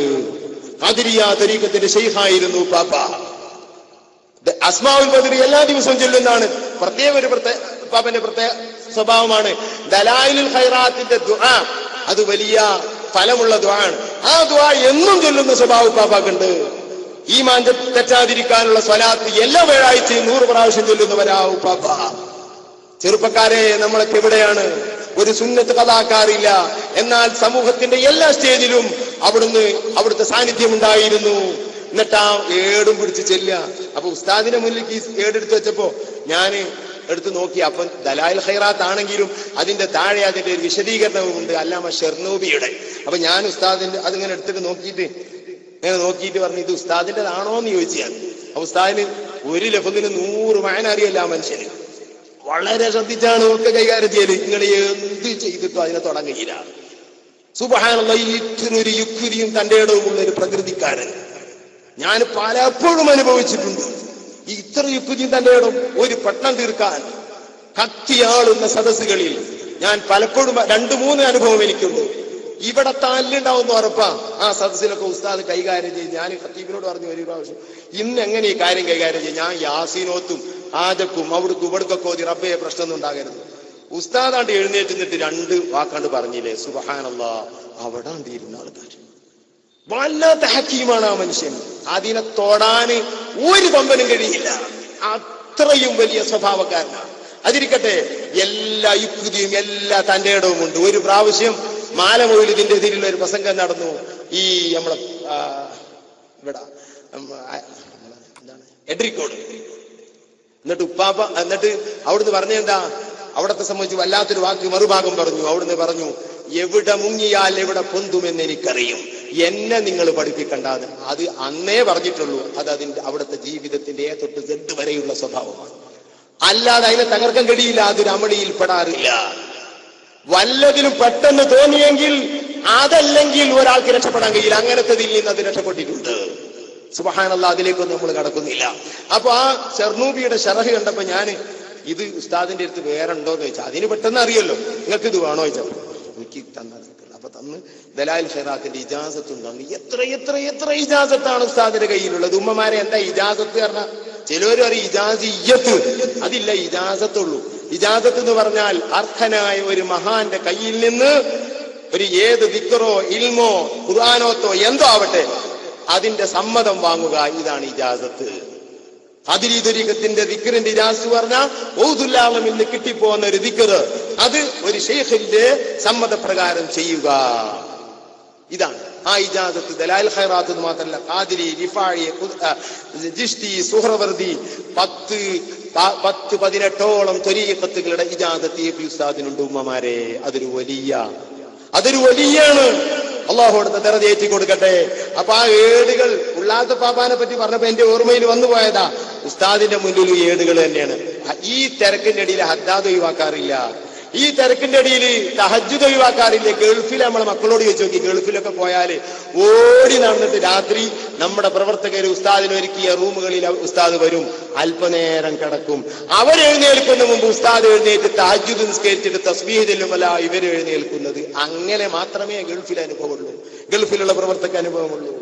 സുബ്ഹാനല്ലാഹ്, ഒരു ദിവസം ബുഖാരി ഖലാക്കാറില്ല. അവിടുത്തെ ബുഖാരി ക്ലാസിന്റെ അവസ്ഥ എന്താണ്? ഇങ്ങനെ ഒരു ബുഖാരി ക്ലാസ് ദുനിയാവിലെ സ്ഥലത്ത് പറയാൻ ഒരാൾക്ക് കഴിയില്ല. ഇരിക്കട്ടെ, ഉള്ളാൾക്ക് പാപ്പി ഏടെടുത്തുകൊണ്ട് ചൊല്ലുകയാണ്, ഓമച്ചപ്പുഴ വരെ ചൊല്ലി. ഞാൻ വല്ലാതെ എന്റെ മനസ്സ് പിടിച്ചു പോയി, റബ്ബേ എന്താണ് പാപ്പന്റെ ഈ അവസ്ഥ? ഈ പ്രായത്തിൽ ഇങ്ങനെയൊക്കെ ചെയ്യാൻ കഴിയുന്നുണ്ടല്ലോ. അവിടുത്തെ മനസ്സിന്റെ ഇഷ്ടാണത്. അത് കഴിഞ്ഞ് അവിടെ എത്തി പള്ളി ഞാനെന്ത് ചെയ്തിരുന്നു, വണ്ടിയിൽ നിന്ന് ളുഹാ നിസ്കരിച്ചിരുന്നു 10 റക്അത്ത്. വണ്ടിയിൽ നിന്ന് നിസ്കരിക്കുക, അങ്ങനെ ഒന്നും നിങ്ങൾ ബേജാറാകണ്ട, അതൊന്നും ഒരു വിഷയവുമില്ല. വണ്ടിയിൽ നിന്ന് സുന്നത്ത് കരിക്കുക, ഫർളാ നിസ്കരിക്കാൻ പറ്റാത്തത്. അപ്പോ അത് ചെറിയ യാത്ര ആയാലും തിരക്കടില്ല, അതിന് 132 കിലോമീറ്റർ ആവണമെന്നില്ല. ഒരു ഉറുഫിൽ സാധാരണ യാത്ര ആയാൽ മതി. അപ്പൊ ഞാൻ വണ്ടിയിൽ നിന്ന് 12 എന്ത് നിസ്കരിച്ചാന്ന് വെച്ചാല് 2 റക്അത്ത് ബഹുമാനപ്പെട്ട നാസറാജിന്റെ വീട്ടിൽ നിന്ന് ളുഹായായിരിക്കും പാപ്പ നിസ്കരിക്കുക. ഒരു വീട്ടിൽ കാണാൻ ഒരു നിസ്കാരമൊക്കെ ഉണ്ടാവുമല്ലോ, അപ്പൊ ളുഹായായിരിക്കും നിസ്കരിക്കുക. അപ്പൊ അതിന്റെ കൂടെ നിസ്കരിക്കാന്നുള്ള നിലക്ക് ഞാൻ ചെയ്തു 2 ബിന്ദിച്ചിട്ട് 10 നിസ്കരിച്ചു. നിസ്കാരം കഴിഞ്ഞ് നാസറാജിന്റെ വീട്ടിലെത്തി തുറന്ന് ഉള്ളു കയറി സുലൈമാൻ ഉസ്താദും പൊന്മള ഉസ്താദൊക്കെ ഉണ്ട്. അതായിരുന്നാലും തുറന്നപ്പോ ഇനി എന്താ വേണ്ടോ ചോദിച്ചു. അപ്പൊ ഞാൻ പാപ്പാനോട് തന്നെ ളുഹാ നിസ്കരിക്കാൻ ഉടനെ പറഞ്ഞ വാക്ക് സുബ്ഹാനല്ലാഹ്, എടാ അതൊക്കെ ഞാൻ നിസ്കരിച്ചിട്ടാണ് വരുന്നത്. അപ്പൊ ഞാൻ 2 ബിന്ദിച്ചിട്ട് എന്ത് കാര്യം? നമ്മൾ ചെറുപ്പക്കാരെ നമുക്ക് ഒരു ഓർമ്മയില്ല. ഞാൻ 8:30 മണിക്ക് ഉപ്പാപ്പന്റെ വീട്ടിലെത്തിയാണ്, 10:30 മണിക്ക് അവിടുന്ന് പോരുന്നത്. ഉപ്പാപ്പ ളുഹാ നിസ്കരിച്ചിട്ടാണ് കേറിയിട്ടുള്ളത്. ആരറിഞ്ഞു? 12 റക്അത്തില്ലാതെ നിസ്കരിക്കാറില്ല, വളരെ ചുരുക്കിയാൽ 8. സുബ്ഹാനല്ലാഹ്, അങ്ങനത്തെ ഒരു ആബിദിനെ കാണാൻ കഴിയില്ല. എന്നിട്ട് പോകുമ്പോ എനിക്ക് പേടി, പഠിച്ചോനെ എന്നോട് ചോദിച്ചു എവിടേക്കാണ്, എവിടെ നാസറാജ്, ഏത് നാസറാജ്? പാപ്പാക്ക് നാസറാജ് ആയിട്ടല്ല, ആരെയും അറിയില്ല. നാസറാജ് സുന്നത്ത് ജമാഅത്തിന് വല്ലാതെ സേവനം ചെയ്യുന്ന ഒരു പണക്കാരനാണ്.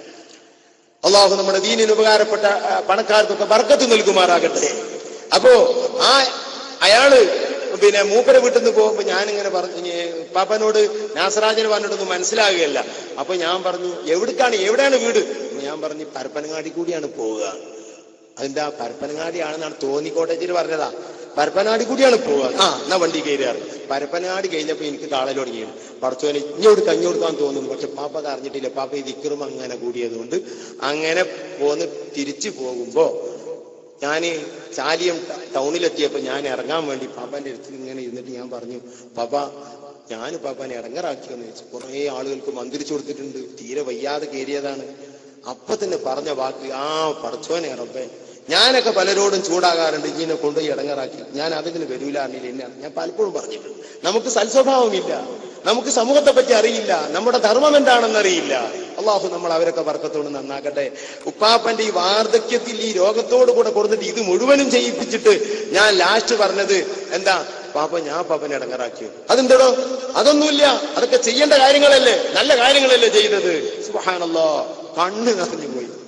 ആ ഒരു മനസ്സ് എന്തൊരു സ്നേഹാണ്, എന്തൊരു സ്നേഹം. അത് കഴിഞ്ഞപ്പോ ഞാൻ പാപ്പ ഇറങ്ങാടാറ്. അതെന്ത് ഇവിടെ അങ്ങാടിയിൽ ഇറങ്ങണം? ഞാൻ ഇവിടെ പള്ളിയിൽ, നമ്മളെ പള്ളിക്കാണ് ഞാൻ പോണത്.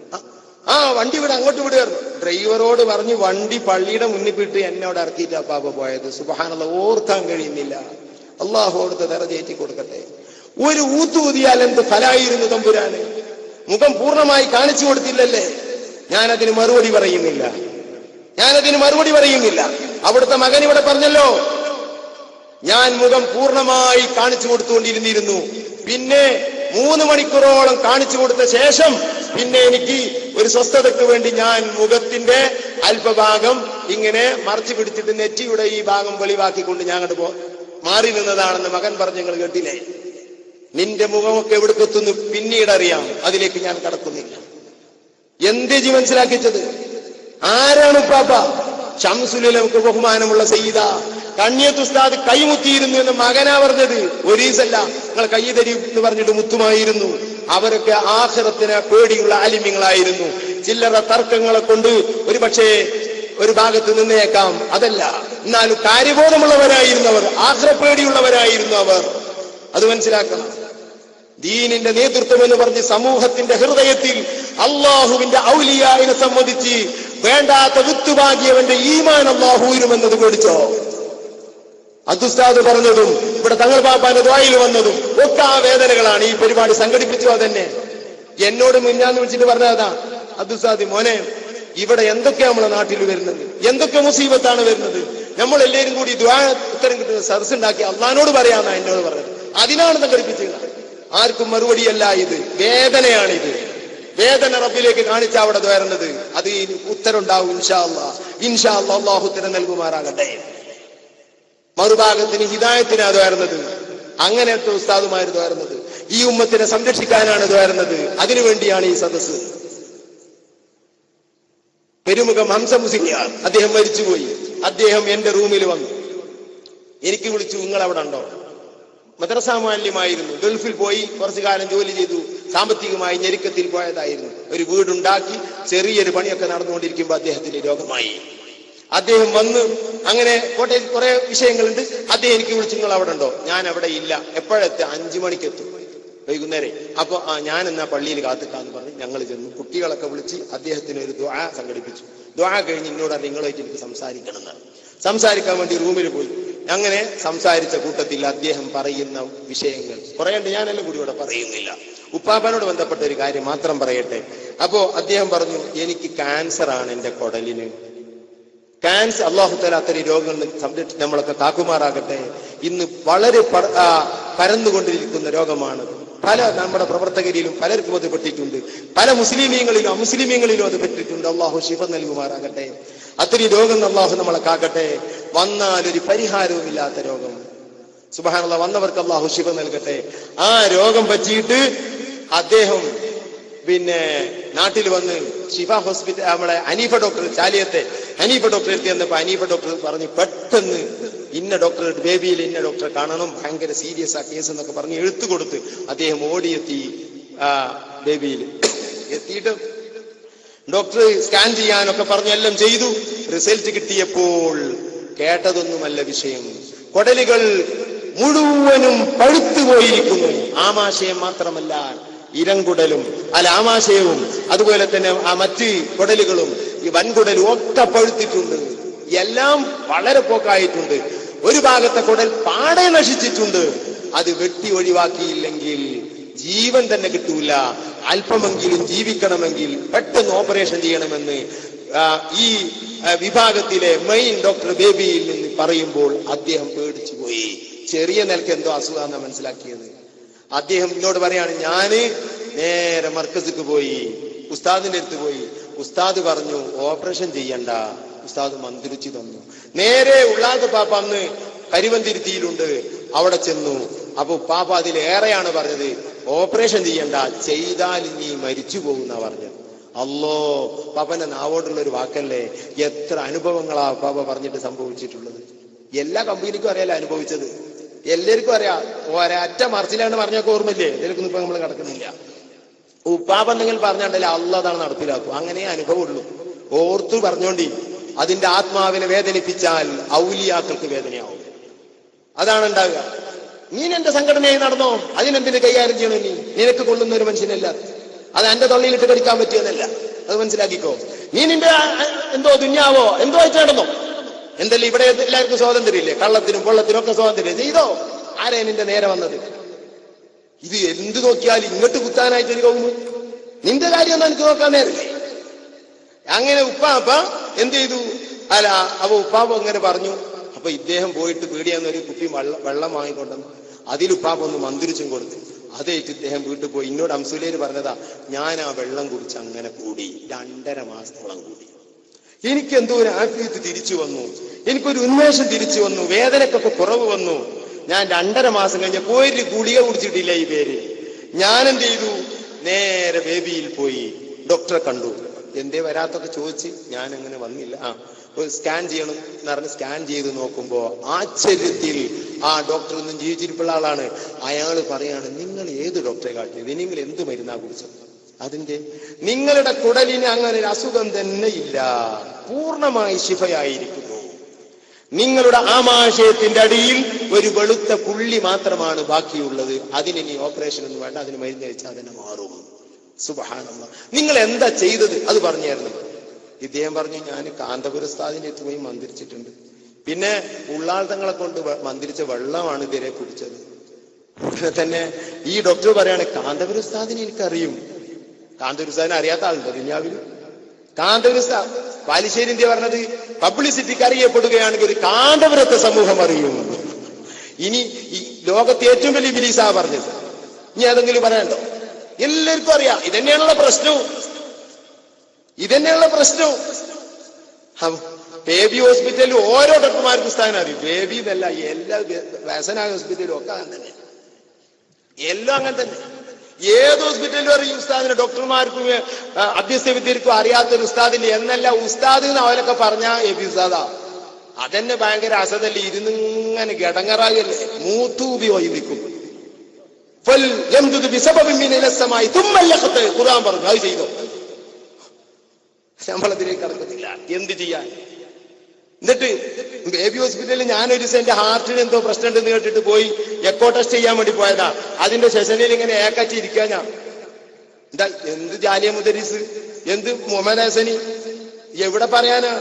ഞാൻ അവിടെ ഇങ്ങനെ ഇരിക്കണം, ആ പുസ്തകം ആ ര്യാഗം പിടിച്ചിട്ട് ഇങ്ങനെ ഇരിക്കുമ്പോണ്ട് സുബ്ഹാനല്ലാഹ്, രാജാവ് വരുന്ന മാതിരിയല്ലേ ഉസ്താദിന്റെ വരവ്. അള്ളാഹു അവിടത്തേക്ക് ദീർഘായുസ് കൊടുക്കട്ടെ. നിങ്ങൾ നോക്കി, റസൂലുള്ളാഹി തങ്ങളുടെ ഒരു മുഅ്ജിസത്താണ്. ഒരു സദസ്സിൽ ഇരുന്നാൽ റസൂലുള്ള ഒരു ഉയർന്ന ആളായിട്ട് കാണും.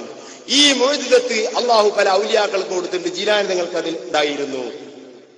അത് കറാമത്തായിട്ട് വന്നിട്ടുണ്ട്. അതേ കറാമത്തുള്ള ഒരു വ്യക്തിയാണ് ഉസ്താദ്. ഏത് സദസ്സിൽ ഇരുന്നാലും ഇതിന് കാന്തപുര ആരാണെന്ന് ആർക്കും പറഞ്ഞറിയിക്കില്ല. ഒരാളോട് നിങ്ങൾ പറഞ്ഞാട്ടിക്കാണെങ്കിൽ കാണാത്തുള്ള പറഞ്ഞു ഇതാണെന്ന് പറയും. ഈ ഒരു സ്വഭാവം ആ സദസ്സിൽ നിന്ന് അള്ളാഹു ഒന്ന് പൊക്കി കാണിക്കുന്നു കണ്ണിൽ. അപ്പൊ ആ മനുഷ്യന്റെ നടത്തം കണ്ടാൽ തന്നെ ഞാൻ ശമായിൽ തുർമദിയിൽ റസൂലുള്ളാഹിന്റെ നടത്തം സംബന്ധിച്ച് ഒരു മിസാല് പറയാൻ എനിക്ക് ആളെ കിട്ടില്ല. ആ ശൈലി കിതാബിന്റെ ഷറഹുകളൊക്കെ നോക്കിയപ്പോ ഞാൻ പറഞ്ഞു, ഏകദേശം ഉസ്താദ നടക്കുന്ന നടത്തമായിരിക്കാനാണ് സാധ്യത. എങ്ങനെ ഹദീസ് എങ്ങനെ ഓർമ്മയുണ്ടോ? ആ ശൈലി. അപ്പൊ ഉസ്താദ് ഇങ്ങനെ വരുന്നുണ്ട്. പിന്നില് ബേബി ഹോസ്പിറ്റലിന്റെ മുതലാളിമാരൊക്കെ ഉണ്ട്. അങ്ങനൊക്കെ ഉണ്ടാവും, എല്ലാവരും ഉണ്ട്. അപ്പൊ എന്താ, വെള്ളം ഫിൽറ്റർ ചെയ്യുന്ന ഒരു പിന്നെ മറ്റേ കട്ടർ ഈ വെള്ളങ്ങളൊക്കെ ആ ഫിൽറ്റർ ചെയ്യുന്ന ഒരു മക്കീൻ അവിടെയുണ്ട്. അപ്പൊ ഉസ്താദ് മർക്കസിലൊന്ന് സ്ഥാപിക്കാൻ പോകുന്നുണ്ട്. അപ്പൊ അതിന്റെ വിവരം അറിയാൻ വേണ്ടി ബേബി ഹോസ്പിറ്റലിൽ ഒന്ന് കാണാൻ വേണ്ടി വന്നതാ. അപ്പൊ അത് ആണ്ട് പോകും. അപ്പൊ ഇന്നെ ഞാനാണ്ട് ഉസ്താദിനെ കണ്ടേക്ക് എഴുന്നേറ്റുന്നു. ഞാൻ മാത്രമാണോ? അവിടെയുള്ള എല്ലാവരും എഴുന്നേറ്റുണ്ട്. അത് എല്ലാ കമ്പനി ഉണ്ടാവുകയും ഉസ്താദിനെ കണ്ട അറിയാതെ എഴുന്നേറ്റവും ഏതൊരു മനുഷ്യനും ഇത് എണീക്കണ്ടില്ല നീലാന്ന് തോന്നും. പിന്നെ അപ്പോൾ ഉസ്താദ് പോയിട്ടുണ്ടാവും. എന്താ ചെയ്യണ അറിയാതെ സംഭവിക്കണാണ്. എത്രയോ പറയാനുണ്ടത്. നമ്മൾ എണീറ്റ് ഞാൻ പറയുന്നില്ല, അത് പ്രയാസം, അതുകൊണ്ട് പറയുന്നില്ല. പലർക്കും ഇഷ്ടപ്പെടില്ല. പറയേണ്ടത് തന്നെ ചിലപ്പോൾ അങ്ങനെ ഉണ്ടല്ലോ. പക്ഷെ അങ്ങനെ എല്ലാരും കൂടി മാനിച്ചുകൊണ്ട് ഞാൻ പറയുന്നില്ല. പലയിടത്തും എഴുന്നേറ്റ സംഭവങ്ങൾ അവിടെ പോയി എന്താട്ടിന് അതൊക്കെ അങ്ങനെയാണ്. അള്ള ആക്കിയാ പിന്നെ പറഞ്ഞിട്ട് കാര്യമില്ല. അള്ള അങ്ങനെ ചെയ്താൽ നീ എന്ത് ചെയ്തു ഒരു കുയിൻ തെച്ചിട്ടും കാര്യമില്ല. അപ്പോ ഉസ്താദിനെ കണ്ടപ്പോ ഞാൻ എഴുന്നേറ്റ, നമ്മൾ എഴുന്നേൽക്കുമല്ലോ. ഞാൻ അവിടുത്തെ അടിമയാണ്. ഞാൻ അവിടുന്ന് എഴുന്നേൽക്കുക, എനിക്ക് എന്നോട് കൈ നോക്കി ചെയ്യും. അപ്പൊ ഞാൻ എഴുന്നേറ്റു, എല്ലാവരും എഴുന്നേറ്റു. അങ്ങനെ എന്തോ സംഭവിച്ച പോലെ ഒരു നിശബ്ദത. ഉസ്താദിന്റെ അടുത്ത് എത്തിയപ്പോ ഉസ്താദിന്റെ അടുത്ത് എന്തൊക്കെയാണ് ഇവിടെ വെച്ചു? ഞാൻ പറഞ്ഞു എന്റെ ഹാർട്ടിന് എന്താ അസുഖം ഉണ്ടെന്ന്. നിങ്ങളെ ഹാർട്ടിന് അസുഖമൊന്നുമില്ല, അൽഹംദുലില്ലാ. ആ വാക്ക് എനിക്ക് ശിഫയാണെന്ന് ഞാൻ മനസ്സിലാക്കുന്നു. അല്ലാഹു ആ നാവിന് ബർക്കത്ത് ചെയ്യട്ടെ, ആ നാവിന്റെ ബർക്കത്ത് നമുക്ക് നൽകട്ടെ. ആ ബർക്കത്താണ് ഈ കാണുന്നതൊക്കെ. ഇനിയും ബർക്കത്ത് ഏറ്റി തരട്ടെ, നിലനിർത്തി തരുമാറാകട്ടെ. അങ്ങനെ കൈകൊണ്ട് നെഞ്ചത്ത് വെച്ചിട്ട് നിങ്ങൾക്ക് അസുഖമൊന്നുമില്ല എന്ന് പറഞ്ഞിട്ട് അങ്ങോട്ട് പോയിട്ട് 5 മിനിറ്റ് കഴിഞ്ഞേക്ക് ഉസ്താദും ആളുകളൊക്കെ കൂടി ഇങ്ങോട്ട് തിരിച്ചു പോകുമ്പോ എന്നോട് വെച്ച് നിങ്ങളെ ഡോക്ടർ ആരാണ്? നിങ്ങളെ ഡോക്ടർ ആര്? അപ്പൊ നമ്മളെ സെഷനിലുള്ള ഡോക്ടറെ പേര് പറഞ്ഞു കൊടുക്കണം. എനിക്കതൊന്നും അറിയില്ല. ഹോസ്പിറ്റലിനെ സംബന്ധിച്ചൊക്കെ കാഴ്ചപ്പാട്, ലോകത്തെ മുഴുവൻ കാഴ്ചപ്പാടുള്ള ഒരു മനുഷ്യന് അതാ. അതുകൊണ്ടാ ചോദിക്കുന്നത്. ഡോക്ടറെ പേരിട്ടാൽ പെട്ടെന്ന് പോകാൻ ഞാൻ റെക്കമെൻഡ് ചെയ്തോളാം എന്നാ ഈ പറയുന്നത്. നാവോണ്ട് പറയില്ലല്ലോ. ഇപ്പൊ നിങ്ങളെ ഡോക്ടർ ആരാ? ഞാൻ പറഞ്ഞു ഈ ആർട്ടിന്റെ സെഷനാണ്, വേറെ ഒന്നും എനിക്കറിയില്ല. അങ്ങനെ പോയി അങ്ങോട്ട് പോയി. അപ്പൊ ദേഷ്യം പിടിച്ചിരുന്നുണ്ട്. അതൊക്കെ പഠിക്കണ്ട, ഇത് ഈ ലോകം അറിയാതെ നടന്നാൽ എങ്ങനെയാന്ന് ഞാൻ തോന്നുന്നുണ്ട്. ഏതായാലും വേണ്ടിയില്ല, ഏതാണ് ആ പ്രായം അതിനറിയാത്തൊരു വിഷയമില്ല. എന്ത് പ്രശ്നം വരുമ്പോഴും ഇപ്പോഴുള്ള വലിയ വലിയ അഭ്യസ്ത വിദ്യരൊക്കെ ഉസ്താദിന്റെ കീഴിൽ ഉസ്താദിന്റെ സ്ഥാപനങ്ങളിൽ ജോലി ചെയ്യുന്നവരൊക്കെ വലിയ വലിയ ആളുകൾ, ഞാൻ ആളുകൾ പേരൊന്നും പറയുന്നത്, കൊമ്പന്മാര്, വലിയ പട്ടണങ്ങൾ ഉണ്ടാകുമ്പോൾ നമുക്ക് ഉസ്താദ് വന്നിട്ട് ചോദിക്കാം, പറയാന്നാ പറയാം. ഉസ്താദ് അതിനെ പറ്റിയാണ് പറഞ്ഞു കൊടുത്തത്. ഉസ്താദ് ഒരു തീരുമാനം പറഞ്ഞതാ, അത് കുറിക്കുകൊള്ളുന്ന തീരുമാനമായിരിക്കും. അങ്ങനെ അല്ലാതെ ഒന്നും ഉണ്ടാവില്ല. അത് ബർക്കത്തുള്ള നാവാണ്, എല്ലുള്ള നാവാണ്. അപ്പോ കുറച്ച് കഴിഞ്ഞപ്പോ ഞാനിത് അറിയില്ല, ഞാൻ അങ്ങനെ ഇരിക്കാം. എത്രയോ ആളുകൾ എന്റെ മുമ്പുള്ള ആളുകളുണ്ട്. അപ്പൊ തന്നെ ഒരു 2-3 മിനിറ്റ് കഴിഞ്ഞപ്പോ അത് എന്റെ മുന്നിലുള്ള ആളെ പരിശോധനയും ടെസ്റ്റും കഴിഞ്ഞ ഉടനെ തന്നെ മുഹമ്മദ് ഹസനി വിളിക്കുന്നു. എന്തേ? ഉസ്താദ് പറഞ്ഞത് അങ്ങനെ ഒരു പേരിലുള്ള ആളെ പെട്ടെന്ന് വിളിക്കണം, ഈ സെഷനിലുള്ള ആളോട് പറയണം. അവിടെ അത്രയും സ്വാധീനമാണ് ഉസ്താദിന്. അപ്പൊ അതാ പറഞ്ഞത്, എന്ത് കാന്തപുരത്തെ എനിക്കറിയും, ഉള്ളാൾത്തങ്ങൾ എനിക്കറിയില്ല. ഉള്ളാൾത്തങ്ങൾ എല്ലാവർക്കും അറിയും. ഇപ്പൊ പറഞ്ഞ നൂറുൽ ഉലമ അല്ല, പിന്നെ MA ആരാണ് അയാള്? ആർക്ക് പരിചയമില്ലാത്ത ഒരാളെ പ്രസിഡന്റ് ആക്കിയിരിക്കുന്നത്. സുബ്ഹാനല്ലാഹ്, മനുഷ്യ എന്തേ നീ എവിടെയിരുന്നു? നീ ഈ ലോകത്തൊന്നും അല്ലായിരുന്നോ? ഇവിടെ പറഞ്ഞിട്ടില്ലേ 41, 47, 59 ഇതിലൊക്കെ ഈ സമൂഹത്തിൽ ഇത്ര പാരമ്പര്യമുള്ള ഒരു പണ്ഡിതനെ പറയാൻ ഇനിയില്ല. അതാ നൂറുൽ ഉലമ MA ഉസ്താദ്. എല്ലാ നിലക്കും സമസ്തയുടെ പ്രസിഡന്റ് സ്ഥാനം ഏറ്റെടുക്കാൻ, അത് വഹിക്കാൻ അർഹതയുള്ള 100% അർഹതയുള്ള പാണ്ഡിത്യത്തിന്റെയും തഖ്വയുടെയും സംഘടനാ പാഠവത്തിന്റെയും എല്ലാ കഴിവുമുള്ളവരാണ് നൂറുൽ ഉലമ. സുബ്ഹാനല്ലാഹ്. എന്നിട്ട് ഓൻക്ക് പരിചയമില്ല അത്രേ. സുബ്ഹാനല്ലാഹ്, വല്ലാത്ത ആശ്ചര്യം തന്നെ. എന്താണ് ഇതിനൊക്കെ പറയാ? മുമ്പ് ചന്ദ്രനെ നോക്കിയിട്ട് ഒരു പമ്പർ നോക്കി ദേഷ്യം പിടിച്ചോലോ, എന്നിട്ട് അതിന്റെ രൂപം വെള്ളത്തിൽ കണ്ടപ്പോ ഒരു ചവിട്ടാട് കൊടുത്തോലോ. ഇതാണ് ഇപ്പൊ നടന്നുകൊണ്ടിരിക്കുന്നത്. എന്തിനാണോ? എന്തിന്? അപ്പൊ ഉള്ളാൾ തങ്ങളെ പരിചയമില്ല, പരിചയമില്ല. ഇനിയിപ്പോ അതുണ്ടാവും. ഉള്ളാൾ തങ്ങളെ പരിചയമില്ല. ഉള്ളാൾ തങ്ങളെ ബേബി ഹോസ്പിറ്റൽ ആ ഡോക്ടർക്ക് അറിയില്ല എന്ന് പറഞ്ഞു. ഉള്ളാൾ തങ്ങളെ അറിയാത്ത ആരുമില്ല. എല്ലാവർക്കും അറിയും, എല്ലാവർക്കും അറിയും. ഔലിയാക്കൾക്കും അറിയും, സാലിഹീങ്ങൾക്കും അറിയും, മൗലിയമാർക്കും അറിയും, എല്ലാവർക്കും അറിയും. ഉള്ളാളത്തെ പാപ്പ എന്തുണ്ടായി? ഉള്ളാളത്തെ പാപ്പാനെ എനിക്കറിയില്ല. അത് പറഞ്ഞപ്പോ എന്നിട്ട് ഈ ഡോക്ടർ ചെയ്തേക്കണോ? ഉപ്പാപ്പാന്റെ പേര് എഴുതുകയും ഉപ്പാപ്പാന്റെ അരികിലേക്ക് പോകാനുള്ള വഴികൾ എഴുതിയെടുക്കുകയും ചെയ്തു എന്ന് എന്നോട് ഹംസുലീർ പറഞ്ഞു. എന്തിനാ? തനിക്ക് ഒതുങ്ങാത്ത വിഷയങ്ങൾ കൈകാര്യം ചെയ്യുന്ന ഒരു ആത്മീയ ലോകം ഇവിടെ ജീവിച്ചിരിപ്പുണ്ടെന്ന് മനസ്സിലാക്കിയിട്ട് അവിടെ ഒന്ന് പോയിട്ട് എന്റെ മരുന്നുകൾക്ക് ഫലം വരാത്ത എത്രയോ നോവുകൾ എന്റെ മനസ്സിലുണ്ട്, അതൊന്ന് പറയണമെന്ന ആഗ്രഹമാണ് ആ ഡോക്ടർക്കുള്ളത് നമുക്ക് മനസ്സിലാക്കാം. വന്നോ വന്നില്ല എനിക്കറിയില്ല. ഹംസുലീർ പൂർണ്ണമായി ശിഫയായി രണ്ടാമത് ഗൾഫിലേക്ക് പോയി. 2 വർഷം നല്ലപോലെ ജോലി ചെയ്തു. ഒരാഴ്ച പോലും ജീവിക്കാൻ കഴിയാത്ത അംസുലേര് രോഗം മാറി ജോലി ചെയ്തു. പിന്നെ അദ്ദേഹം രോഗിയായി, അദ്ദേഹം മരിച്ചുപോയി. അല്ലാഹു അദ്ദേഹത്തിന്റെ ഖബർ സ്വർഗ്ഗമാക്കട്ടെ. ഏത് മനുഷ്യനും മരിക്കണം, ഏത് മനുഷ്യനും മരിക്കണം. ജീലാനി തങ്ങളെ മഹത്വം നമ്മൾ പറഞ്ഞ അവിടുത്തെ ആണ്ടാണ് വഫാത്തായി എന്നർത്ഥം. എല്ലാവരും മരിക്കും. അല്ലാഹു അവിടുത്തെ ബഹുമാനപ്പെട്ട ഉള്ളാഹുവിന്റെ ദർജയേറ്റി കൊടുക്കട്ടെ. എത്ര സംഭവങ്ങളാ ഉപ്പാപ്പന്റെ ഇബാദത്തിന്റെ രംഗം. റക്അത്തുകൾ 100 കണക്കിന് റക്അത്താണ് ഒരു ദിവസം ഉപ്പാപ്പ നിസ്കരിക്കാറുള്ളത്. എത്രയോ ഖത്മ് ഉപ്പാപ്പ സ്വന്തം തന്നെ ഓതിയിട്ടുണ്ട്. അതിന്റെ ബർക്കത്തായിരിക്കണം ഈ ആളുകളൊക്കെ ലക്ഷക്കണക്കിന് ഖത്മുകൾ ഉപ്പാപ്പ ഓതി. പൂക്കോയ തങ്ങൾ എന്നോട് പറഞ്ഞു, ഞാനൊരു ദിവസം ചെന്നപ്പോ ഉപ്പാപ്പ പുറത്തു പോയിട്ട് വീണ് പോണ്ടെന്നുള്ളതിൽ ഞാന് വാതില് പൂട്ടിക്കൊണ്ട്, മെയിൻ ഡോറ് പൂട്ടിക്കൊണ്ട് എന്റെ തലയുടെ തൊട്ട് ആ പിന്നെ താക്കോലും വെച്ച് കിടന്നുറങ്ങി. വല്ലാത്ത ആശ്ചര്യം ഉസ്താദ്. എന്നോട് പൂക്കോയ തങ്ങൾ പറയാം. എന്നിട്ട് എന്ത്, ഞാൻ നേരം 4 മണിക്ക് ഉണർന്നു നോക്കുമ്പോ ഉപ്പാപ്പ പുറത്തു പോയി. ഈ ചാവിയല്ലാതെ ഒരിക്കലും ആ വാതിലിന് പറ്റൂല. ഉപ്പാപ്പന്റെ വീടിന്റെ മെയിൻ ഡോറിന്റെ വാതിലിന് പറ്റൂല. ഞാൻ ആശ്ചര്യപ്പെട്ടു. ഉപ്പാപ്പന്റെ അടുത്തേക്ക് ചെന്നിട്ട്, ഉപ്പാപ്പ നിങ്ങൾ എങ്ങനെ വാതിൽ തുറന്നു വെച്ചു? പാപ്പന്റെ പുറത്തിറങ്ങിയിട്ട് വീണ് പോകണ്ട, അകത്തന്നെ എല്ലാ സൗകര്യമുണ്ട്. പാപ്പാക്ക് പുറത്തിറങ്ങി ദിക്റിലിരിക്കാൻ 3 മണിക്ക് 4 മണിക്കൊക്കെ സന്തോഷം. അപ്പോ പൂട്ടിയിട്ടതാ. പൂട്ടിയിട്ട് ഞാൻ പറയണ്ട, പാപ്പാനെ പൂട്ടിയിട്ട് നേരെ പറയണ്ട. ഉപ്പാപ്പ എന്ത് ചെയ്യണ്ട, വീണ് പോകണ്ടെന്നുള്ള നിലക്ക് ഉപ്പാപ്പക്ക് നല്ല ബോധമുണ്ട്. എല്ലാം ചൊല്ലി പറഞ്ഞിരുന്നു. നമ്മുടെ ഒരു വലിയ നമ്മുടെ പ്രവർത്തകരിൽ 3 ആളുകളിൽ ഒരാൾ ഉപ്പാപ്പാന്റെ അടുത്ത് പോയി. ഏത് വഫാത്തിന്റെ കുറച്ച് ദിവസം മുമ്പ്. അങ്ങനെ ലാ ഇലാഹ ഇല്ലല്ലാഹ് ഉറക്കെ ഉപ്പാപ്പ ചൊല്ലുന്നത് കേട്ടപ്പോ ഇദ്ദേഹത്തിന് ഫോൺ ചെയ്തു. നിങ്ങൾ വന്ന് കാണലായിരിക്കും നല്ലത്, ഉപ്പാപ്പ ആഖിറത്തേക്ക് പോകണമെന്ന് തോന്നുന്നുണ്ട്. അദ്ദേഹം പോരാൻ വേണ്ടി നോക്കിയപ്പോ ഉടനെ തന്നെ ഫോൺ ഉപ്പാപ്പ മരിച്ചു. അപ്പൊ എന്തായിരുന്നു വഫാത്തിന്റെ ഘട്ടം? ഇതൊക്കെ അറിയാതെ ഉപ്പാപ്പയുടെ അവസ്ഥ ലാസ്റ്റ് കൂട്ടിക്കെട്ടതായിരുന്നു, വൃത്തികേടിലായിരുന്നു. സുബ്ഹാനല്ലാഹ്, എന്താണ് മക്കളെ നിങ്ങൾ പറയുന്നത്? നിങ്ങൾക്ക് ആഖിറം പേടിയില്ലേ? ആഖിറം പേടിയില്ലേ? മരിച്ചു പോണ്ടേ? ഞമ്മക്കും ഈ ലോകത്ത് നിന്ന് പിരിയണ്ട. ഗ്രൂപ്പ് മതിയോ ഇവിടെ? എന്തെങ്കിലൊക്കെ ആഖിറത്തേക്ക് വേണ്ടേ? ആഖിറത്തിലെത്തിയിട്ട് ഉപ്പാപ്പൊക്കെയാണ് അള്ളാഹുവിന്റെ റസൂലിന്റെ മക്കളാണ് നിന്റെ അതുവെങ്കിൽ എന്തായിരിക്കും നിന്റെ അവസ്ഥ? എന്തായിരിക്കും അവസ്ഥ? അള്ളാഹു കാത്തു രക്ഷിക്കട്ടെ. ഏത് ഗ്രൂപ്പിലാണെന്നായിരുന്നാൽ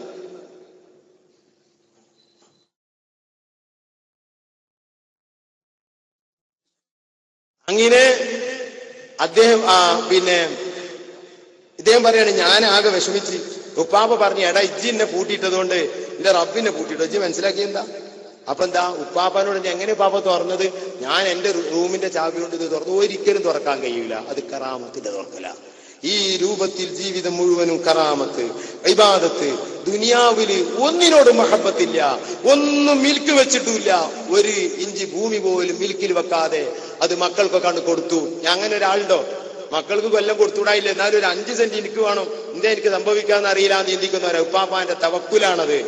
തവക്കുല്, ഖനാഅത്ത്, സുഹ്ദ്, തഖ്വ, ഖുശൂഅ്, ഖുദൂഅ്, തളർറുഅ്, ഇബാദത്ത്, ദിക്ർ, ത്വരീഖത്ത്, എന്തൊക്കെയാണ് ഇൽമ് പിന്നെ പറയണോ? എല്ലാ ഫന്നിലും മഹാറത്ത്. അള്ളാഹുവെ അവിടുത്തെ ദർജയെ ഏറ്റിക്കൊടുക്കണേ അല്ലാഹ്. ബഹുമാനപ്പെട്ട ഖുതുബുൽ അഖ്താബ് ജീലാനി തങ്ങളുടെ ഒരു പതിപ്പായിരുന്നു മഹാനവർ. അത് തന്നെയാണ് ഈ മാസത്തിൽ അവിടുത്തെ അല്ലാഹു തആല ആ വലിയുപ്പയിലേക്ക് കൊണ്ടുപോയതും. അല്ലാഹു ഖുതുബുൽ അഖ്താബ് തങ്ങളുടെ മദദ് നമുക്ക് നൽകുമാറാകട്ടെ. ബഹുമാനപ്പെട്ട ഉള്ളാഹുപ്പാപ്പന്റെ മദദ് അല്ലാഹു നമുക്ക് നൽകുമാറാകട്ടെ. കുറെ ജീലാനി തങ്ങളെ പറ്റി പറയാനുണ്ട്. പക്ഷേ സദസ് നമുക്ക് ടൈം വളരെ വൈകിപ്പോയി. ഞാൻ അതിലേക്കൊന്നും കടക്കുന്നില്ല. ഉപ്പാപ്പന്റെയും അതുപോലെ കണ്ണിയത്ത് ഉസ്താദ് വഫാത്തായ മാസമാണ്. ഒരു ഉഖ്റവിയായ പണ്ഡിതനായിരുന്നു കണ്ണിയമൊയിലേര് എന്ന് ഉപ്പാപ്പ എന്നോട് പറഞ്ഞത് ഓർക്കുന്നു. അതിന് കുറെ സംഭവം എനിക്ക് പറഞ്ഞിട്ടുണ്ട് ഉപ്പാപ്പ. അതേപോലെ തന്നെ ശംസുൽ ഉലമ വലിയൊരു പണ്ഡിതൻ തന്നെയായിരുന്നു, ഒരു സംശയവുമില്ല. അല്ലാഹു തആല അവരൊക്കെ ദറജ കൊടുക്കുമാറാകട്ടെ. അതുപോലെ ബാനി ബാഖിയാത്ത് സാലിഹാത്ത് മഹാനവറുകൾ ശംസുൽ ഉലമ അബ്ദുൽ വഹാബ് ഖാദിരി വഫാത്തായ മാസമാണ്. കുറേ ഖാദിരി മശായിഖ് വഫാത്തായ മാസമാണിത്. അല്ലാഹു അവരൊക്കെ മദദ് നമുക്ക് നൽകുമാറാകട്ടെ. ബഹുമാനപ്പെട്ട അദ്ദു ഉസ്താദ് വളരെ പാടുപെട്ട് മനസ്സ് വേദനയിൽ സംഘടിപ്പിച്ച ഈ പരിപാടി ഉസ്താദിന് അല്ലാഹു എല്ലാ ബർക്കത്തും നൽകുമാറാകട്ടെ. ഈ നാടിന്റെ എല്ലാ തണലുമാണ്. സഹോദരന്മാരെ, സഹോദരിമാരെ, ഉസ്താദിന്റെ ദുആ അത് നമ്മുടെ വിജയമാണ്. ഉസ്താദിന്റെ വളർച്ച നമ്മുടെ വളർച്ചയാണ്. നാം ഉസ്താദിനെ വിട്ടു പറഞ്ഞിട്ടല്ല, ഉസ്താദിനെ വിട്ടു പോയിട്ടല്ല. എങ്കിലും ഒന്നുകൂടി ഞാൻ ഓർമ്മപ്പെടുത്തട്ടെ, ആ തണലിന്റെ കീഴിൽ നിന്ന് അവിടുന്ന് പറയുന്ന വാക്കുകൾ കേട്ട് ഈ നാടിന്റെ നന്മക്ക് വേണ്ടി അവിടുത്തെ പിന്നിൽ നിന്ന് പ്രവർത്തിച്ചാൽ ഒരിക്കലും നമ്മൾ തളരൂല്ല. അവിടുത്തെ വേദനിപ്പിക്കരുത്. വാക്കുകൊണ്ടോ മനസ്സുകൊണ്ടോ ഒന്നുകൊണ്ടും വേദനിപ്പിക്കരുത്. ഒരു പക്ഷെ എന്തെങ്കിലുമൊക്കെ പറയുമ്പോൾ അതിന്റെ രഹസ്യം നിങ്ങൾക്ക് ഉൾക്കൊള്ളാൻ കഴിഞ്ഞില്ലെങ്കിലും ഒന്നും പറയരുത്. പിന്നീട് അതിന്റെ രഹസ്യങ്ങൾക്ക് ഉൾക്കൊള്ളാൻ കഴിയും. ഉറപ്പാണ് ആ നാവ് സാധാ നാവല്ല. അള്ളാഹു ആഫിയത്തുള്ള ദീർഘായുസ് നൽകട്ടെ. നമ്മുടെ പ്രസിഡന്റ് ബഹുമാനപ്പെട്ട മായൻകുട്ടിയിലേര് അള്ളാഹു ആഫിയത്തുള്ള ദീർഘായുസ് നൽകട്ടെ. കുറെ സയ്യിദന്മാർ വന്നുപോയി. വൈലത്തൂർ തങ്ങൾ പാപ്പ, ചെറുപ്പാക്കറമ്പ് തങ്ങൾ പാപ്പ, ജൈനുലാബി തങ്ങൾ പാപ്പ, എല്ലാ ജുമുഅക്കും എല്ലാ വിഷയത്തിനും നമ്മുടെ പള്ളിയിൽ തന്നെ നമ്മുടെ എല്ലാ സന്തോഷത്തിനും പാപ്പാന്റെ മുഖം കാണുന്നതിന് നമുക്ക് വലിയ സന്തോഷമാണ്. അള്ളാഹു ആഫിയത്തുള്ള ദീർഘായുസ് നൽകട്ടെ. അതുപോലെ കുറെ സയ്യിദന്മാർ വന്നു പോയി. കുറെയൊക്കെ ഇവിടെ കുടുങ്ങി, എന്റെ പ്രസംഗത്തിൽ കുടുങ്ങിയിരിക്കുന്നവരുണ്ട്. ഏതായിരുന്നാലും എല്ലാവർക്കും അള്ളാഹു താല ബർക്കത്ത് ചെയ്യട്ടെ. അള്ളാഹു താല നമ്മുടെ വിഷമങ്ങളൊക്കെ തീർത്തു തരുമാറാകട്ടെ. ഈ നാട് നമ്മുടെ പ്രവർത്തകരായി പലരും മരിച്ചു പോയിട്ടുണ്ട്. അള്ളാഹു അവരിലേക്ക് ഇതിന്റെ കൂലി എത്തിച്ചു കൊടുക്കുമാറാകട്ടെ. എന്റെ ഉപ്പ, എന്റെ അമ്മോശൻ അബ്ദുസ്താദിന്റെ ഉപ്പയും ഉമ്മയും അതുപോലുള്ള ഈ സദസ്സിൽ പങ്കെടുത്ത എല്ലാവരുടെയും മരിച്ച ഉപ്പമാര്, ഉമ്മമാര്, ബന്ധക്കാര്, അവരെ കർവാഹിലേക്ക് അള്ളാഹു ഇതിന്റെ കൂലി എത്തിച്ചു കൊടുക്കുമാറാവട്ടെ. ഓക്കെ ഉസ്താദ്, അള്ളാഹു അടുത്ത ദറജ ഏറ്റി കൊടുക്കുമാറാകട്ടെ. അള്ളാഹു അടുത്ത ദറജ ഏറ്റി കൊടുക്കുമാറാകട്ടെ. കരിങ്കപ്പാർ ഉസ്താദ്, അവരുടെ മശായിഖ്, റസൂലുള്ളവരെയുള്ള മഹാന്മാർക്ക് അള്ളാഹു ഇതിന്റെ കൂലി എത്തിച്ചു കൊടുക്കുമാറാകട്ടെ. ബഹുമാനപ്പെട്ട കാട്ടിൽ തങ്ങൾ പാപ്പ വലിയ മഹാനായിരുന്നു. കേലപ്പുറം തങ്ങൾ പാപ്പ ഈ നാട്ടിലെ അത്താണിയായിരുന്നു. അവർക്ക് വലിയ കറാമത്തുള്ളവരാണ്. അവരെ പറ്റിയൊക്കെ പറയാനുണ്ട്. തെയ്യുന്നില്ല, അള്ളാഹുയുടെ ദറജ ഏറ്റി കൊടുക്കട്ടെ. ചെമ്പറ പോകരിയിൽ പാപ്പ വലിയ സൂഫിയായിരുന്നു. അള്ളാഹു അടുത്ത ദറജ ഏറ്റി കൊടുക്കട്ടെ. പകരിയിൽ കിടക്കുന്ന മഹാന്മാർ ഈ നാട്ടിലും കുറെ മഹാന്മാർ കിടക്കുന്നുണ്ട്. താനാളൂർ എന്ന് ഒരു കാലത്താണെങ്കിൽ ഇപ്പോൾ മുന്ത്യാളൂരാണെന്നാണ് എന്നോട് അബ്ദുസ്താദ് പറഞ്ഞത്. അള്ളാഹു അങ്ങനെ തന്നെ ആക്കി തരുമാറാകട്ടെ. അള്ളാഹു നമ്മുടെ സംഘടന രംഗമൊക്കെ പൊട്ടിപ്പെടുത്തുമാറാകട്ടെ. SSF-ലും SYS-ലും SBS-ന്റെയും പ്രവർത്തകർക്ക് അള്ളാഹു ഊർജം പകരുമാറാകട്ടെ. ഉസ്താദിന്റെ കീഴിൽ നിന്ന് സുന്നത്യമായത്തിന് നമുക്കൊക്കെ പ്രവർത്തിക്കാൻ അള്ളാഹു ഈ താനാളൂരിലും പകരയിലും ചുറ്റുഭാഗത്തുള്ള നാടുകളിലൂടെ വന്നവരുടെ നാടുകളിലും ഒക്കെ അള്ളാഹു തആല തൗഫീഖ് ചെയ്യുമാറാകട്ടെ. നമ്മുടെ നേതൃത്വം ബഹുമാനപ്പെട്ട ഉസ്താദിന് AP ഉസ്താദിന് അള്ളാഹു ആഫിയത്തുള്ള ദീർഘായുസ് നൽകുമാറാകട്ടെ. MA ഉസ്താദ്